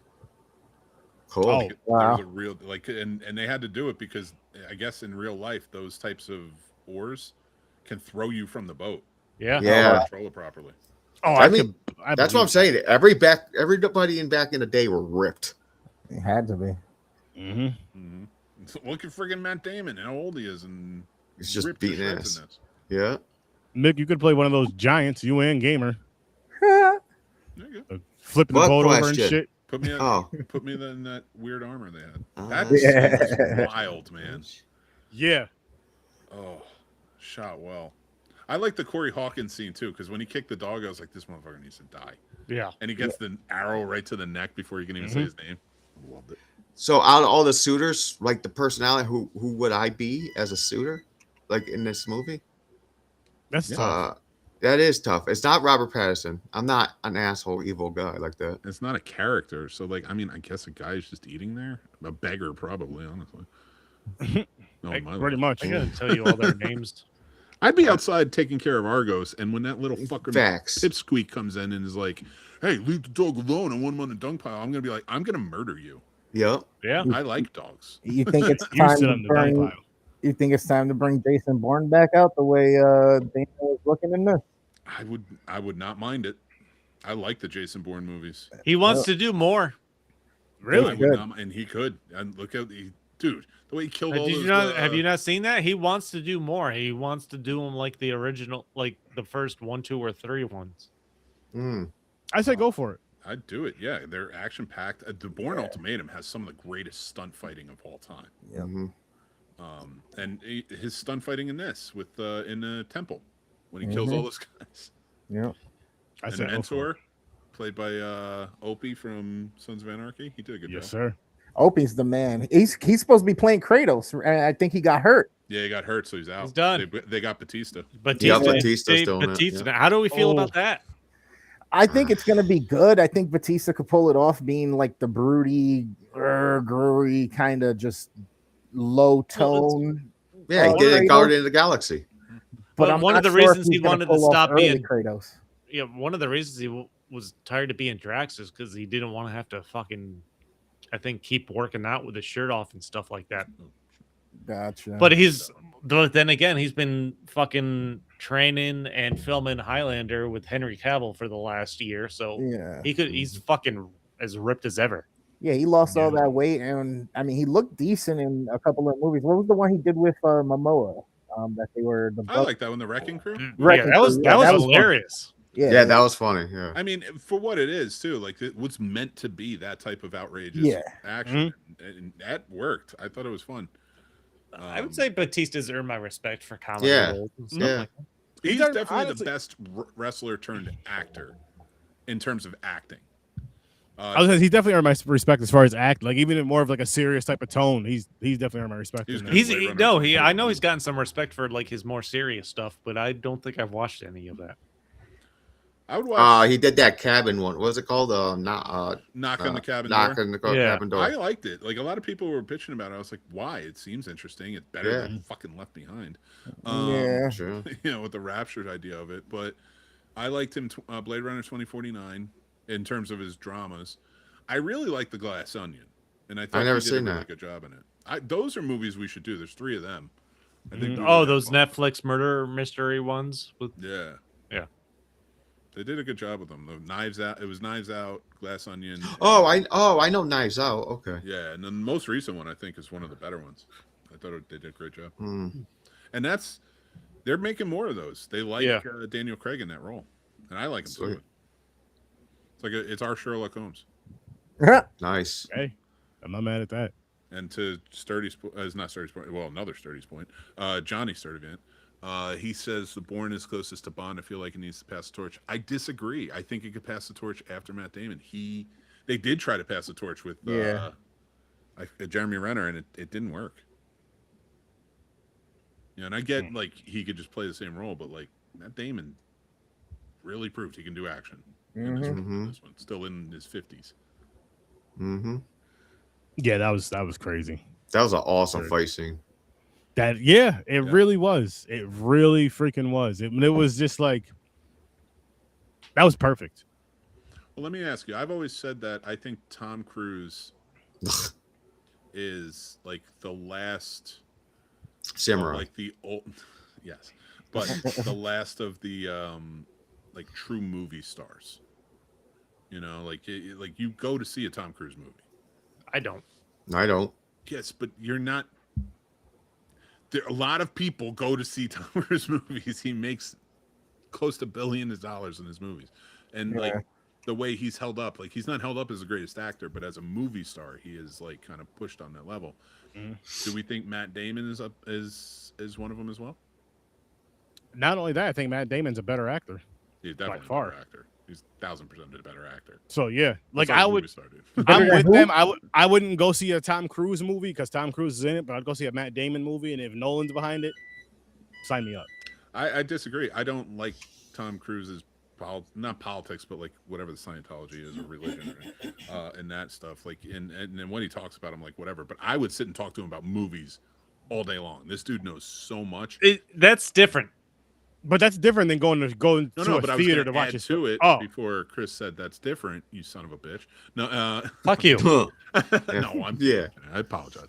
I was just adding. I'm gonna leave a mushroom-shaped imprint on your right cheek. Do not upper decker in my toilet ever. And I'm gonna lick it. Thank you. Wow. I may have. Oh. He wasn't even talking about the upper decker thing. He was talking about the mushroom thing. Christopher Nolan's horror movie is going to be what he does to my house, and bringing James too.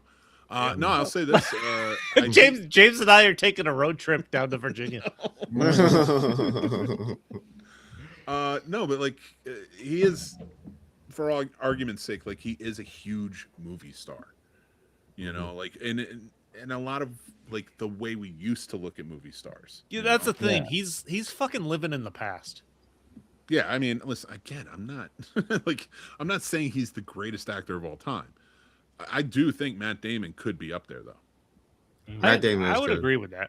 I'd 100% rather watch a Matt Damon movie than a Tom Cruise movie. Facts. Yeah. But yeah, easily. I agree. Yeah. And I mean, it starts with fucking Good Will Hunting. Jesus. Yeah. Really did it. Mick, don't disrespect Will Smith. Will Smith is great, but like he doesn't have the longevity as Tom Cruise. Wait, you say Will Smith? Yeah. Johnny did. Fuck Will Smith. Wow. Wild Wild West. Wild Wild West. He's a big Chris Rock fan, guys. He's still upset about that slat. Nah, I'm not a big. I don't like Chris Rock either. He's okay, I mean, but I don't seek him out. No, me neither. I prefer him in movies than I do his stand-up. Exactly. A buddy of mine, we did go see him at stand-up at Proctor's in Albany. It's nice. A number of years ago. It was a good show. You know what I did? I saved my money. You're cheap, though. I am cheap. No, but if you think about even Matt Damon's franchises, Oceans, yeah, Bourne, like I mean, right there, that's two franchises that made a lot of money. And they're doing a new Oceans movie. And of course they are. The only thing I miss about it is Bernie Mac won't be in it. But oh, Bernie Mac, he was the man. I love him. Johnny Sturdivant in there as his son, and I'm all for it. There you go, Johnny. Who's dissing the goat? Who's dissing your goat? Will Smith is your goat. Will Smith's your goat? Then you got gypped off. You sure it's a goat or is it a donkey? Like Will Smith is not. He's a movie star. I Yeah, wouldn't for say somebody he's a that claims great to love actor. movies, if you're saying Will Smith's your goat, it's No, man, no. His Like movies his best acting was King James, and that's. and what the other one, the serious one, was he the golfer? I'm not saying he's a bad actor, but No, like, me I don't either. think he's like one of Pursuit the of best Happiness. actors. I don't think he's that great. And Mission 7 Impossibles Pounds. were fun. They were fun. And he's too Independence Day selective. was Like, fun. if he opened himself up more to do more movies, he'd probably be up there. And I'm gonna be honest with you, I only like Bad Boys 1. I didn't Really? care that he Not slapped two? Chris Rock. Yeah, I didn't care either. Like, I thought it was get funny. She talked some shit about his wife. Like, And in hey, public. listen. If my wife looked at me like that, I'd smack him too. I love that you said that, Mick, because you know the look. Yeah. You know the look. As a matter of fact, And my wife didn't suck off my son's friend. Ooh, wow. Damn. So like he still did it. After that. yeah. So, like that's some loyalty right there. Had and I that, don't had blame that it. not I do happened, not it might, blame had that loyalty. not happened, it might have been a punch to the face instead of a slap. Yeah, if Chris Rock made that joke, it would have been. No. Had she not done that, is what I'm saying. It might have been a punch Yeah, instead of that's a fair. slap. He was like, she get. Strangle him on stage. Yeah. Throw He some said, bows. James, I'm gonna beat your ass. Listen, I get why people like Will Smith, and I do like some of his movies. Oh, Like, yeah. I love the Men in I'm a Black fan. movies. You know. Yeah, Men in Black was fun. Like He's a I said, movie it's fun. star. And I'd like to see him come back and do more. Like I don't want to see him shunned or anything like that for slapping a dude. I just don't think he's on like a. I think people put him on a higher pedestal than he is. My only thing. I disagree with that. People shit on him for the slap, right? Oh, it's unbecoming. No, I don't care about all that. the same people that were saying it though were like, we're real ones though. I'm like, Mhm. but what he did was real. It was real, right? Mhm. You Yeah. know, and like, there's no respect for that. Like, I was like, I get it. I was like, I may not have done it, but I probably would. Like, if you talk shit about my wife, like you can make jokes. Yeah, don't but do that. Don't do that on live TV right there because he could have He never sacrificed will his again. career. No, he won't. But it's one. I look at it like it's one thing to make jokes, and it's one thing to say something that you know hurt somebody or makes them feel. And it's like you're sitting right there, like right there. You know what I mean? Like, listen, I'm gonna come up there. Shit, I might have kicked him in his damn face. I'm not gonna lie. Is Tom Cruise often miscast? No, because he No. casts his movies. Yeah, he casts picks his the own movies shit, yeah. for him that has the things he wants in them, and that's what I'm saying about movie stardom.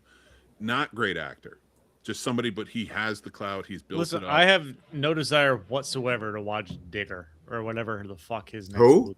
Digger. Digger. His next Yeah. movie. I like the director Alejandro Inarritu. I don't even know what it's about. What are they digging? For gold? I don't know yet.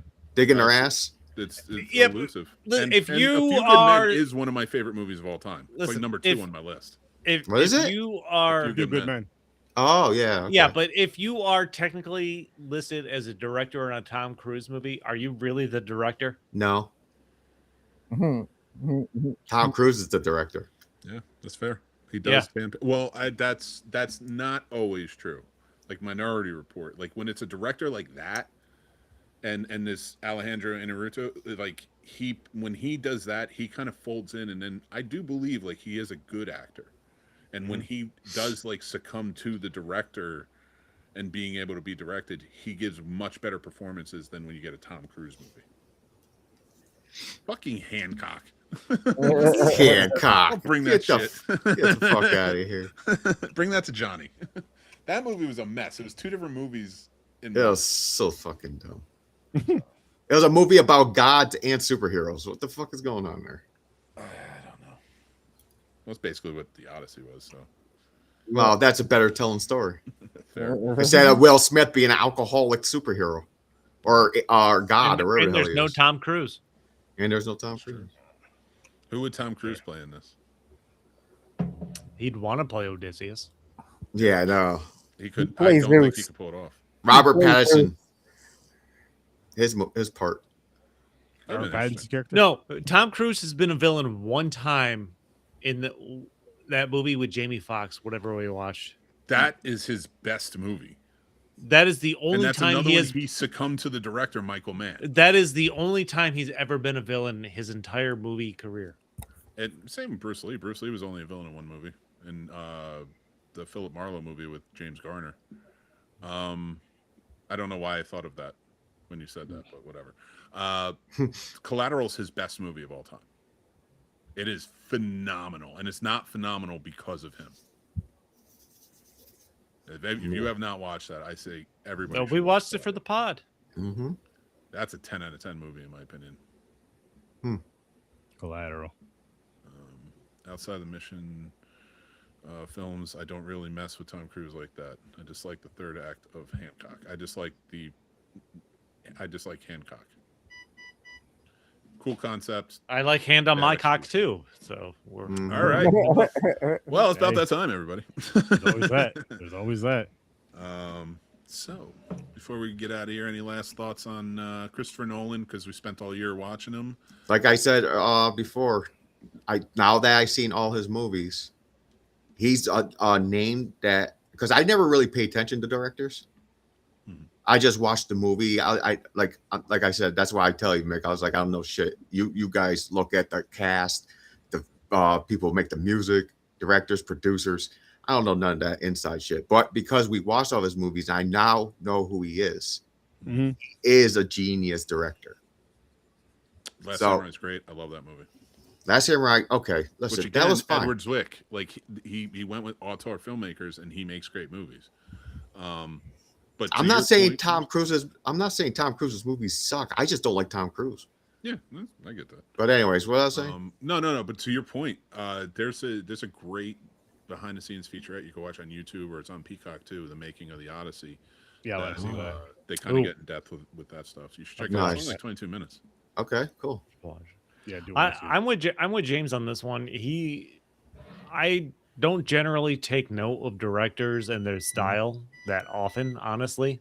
Mm-hmm. But Christopher Nolan is a different specimen altogether for me now. Having watched these movies and watching The Following and The Odyssey in the same week, and thinking about everything we've watched in between, and seeing those seeds get planted and the evolution that's been there since that's happened. Mm-hmm. I'm every time I hear a Christopher Nolan movie now, I'm gonna go see it. Yeah, same. It's not even about actors.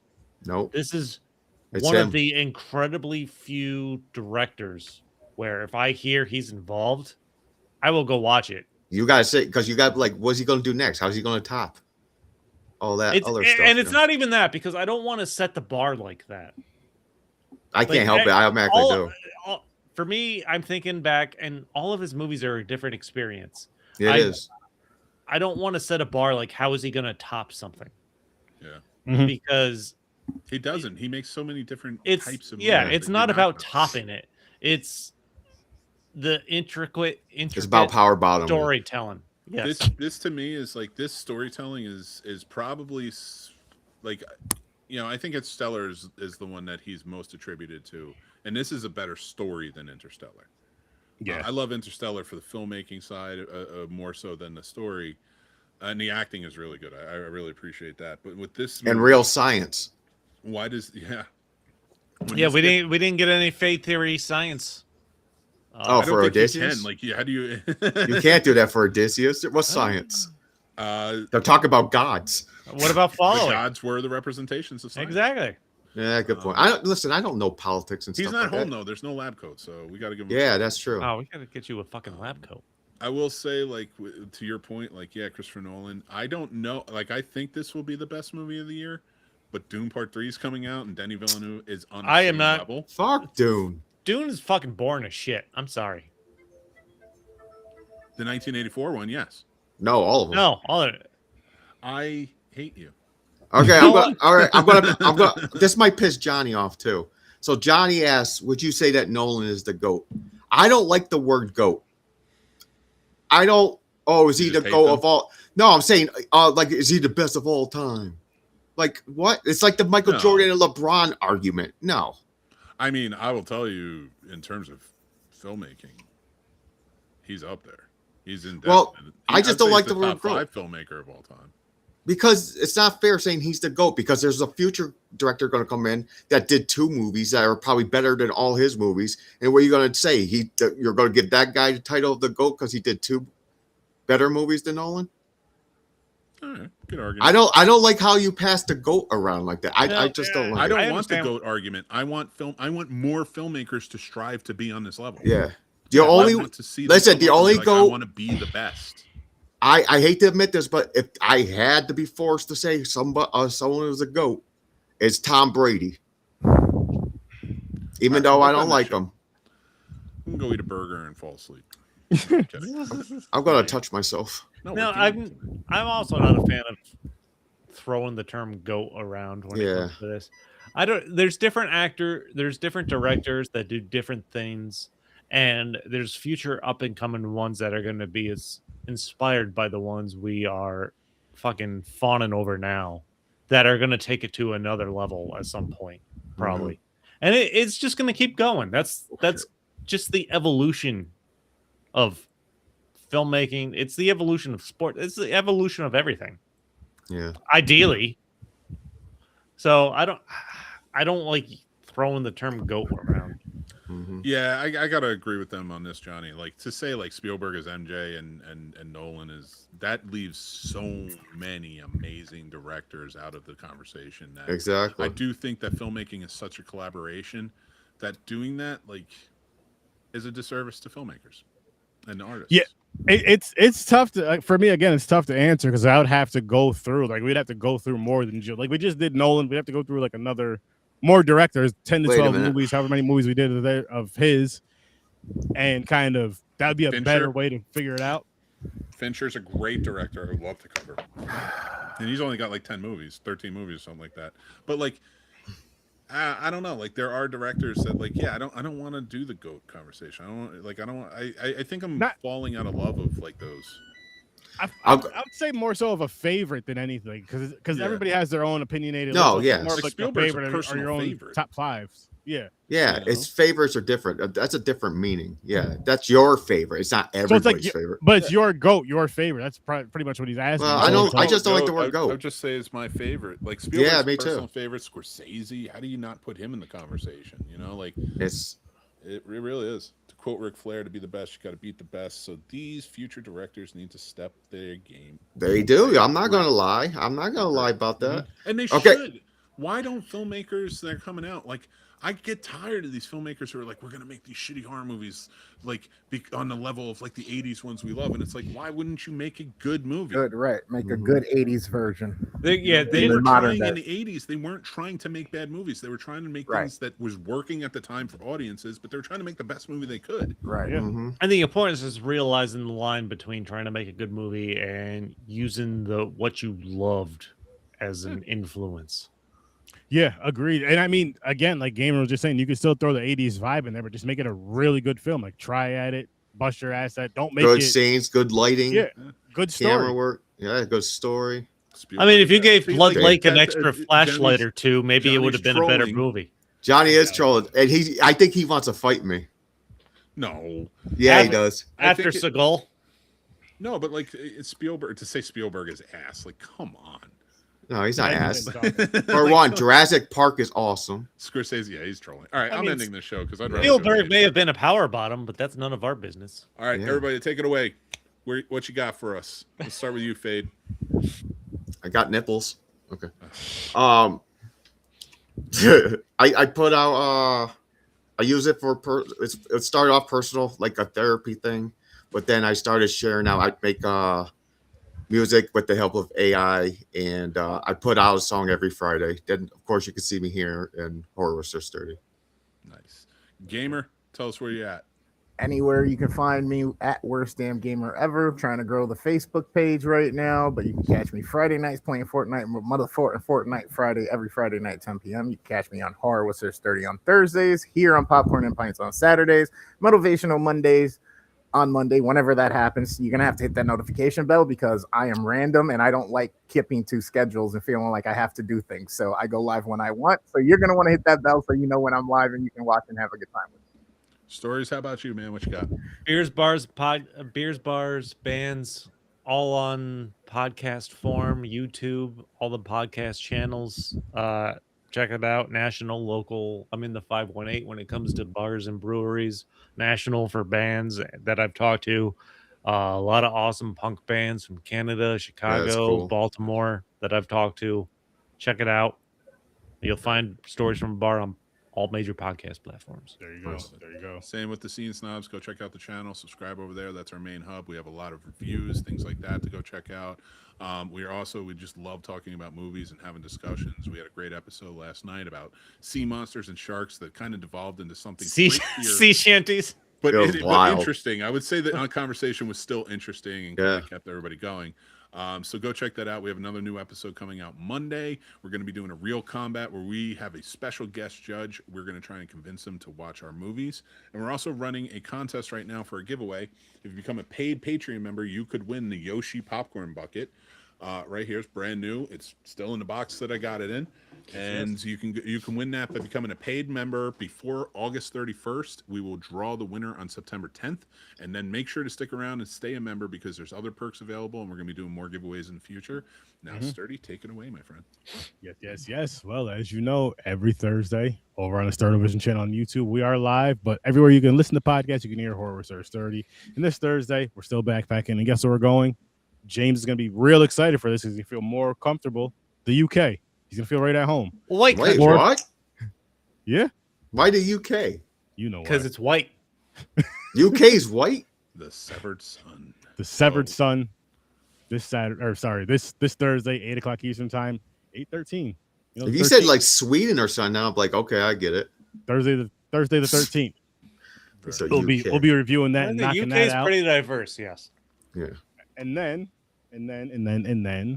right back here next weekend, we got a long walk to do. We're gonna try to stand by each other, and we're gonna be reviewing. Oh dear God, the long walk and stand by. That's next week. Oh, Yes, and Next if Saturday. I could add to this is a continuation of our King-tastic voyage, Yeah. which we are watching all of the Stephen King adaptations for the next 2 years, and we're continuing on this month. So make sure. Yes, I could not be less 'cause he has too fucking many. excited to watch Stand By Me again. I love that movie. I don't know why you hate it. It's one of those movies find when out you next first week. you're like, cool. But yeah, I you'll find just out. appreciate it. River Phoenix did a great job. Yeah, Whatever. yeah. There's a reason he died, and it was this movie. Jesus Christ. He even All made right, well, we're James gonna say end it that. on that one. I want to say thank you guys, thank you Grandizer, thank you Johnny, thank you all of you who are watching and listening and hanging out with us. Make sure to follow us at Popcorn and Pints all over the place, and make sure to kind of interact with us. Let us know what's going on, and join us on Saturdays, and join us in the comments like everybody does. We love it. But until next time, we are the Popcorn Heads. I guess I don't know. Follow Twitter, Thanks. Instagram, Facebook. Yes. Join Facebook, all of- YouTube. And thanks for popping by. And peace.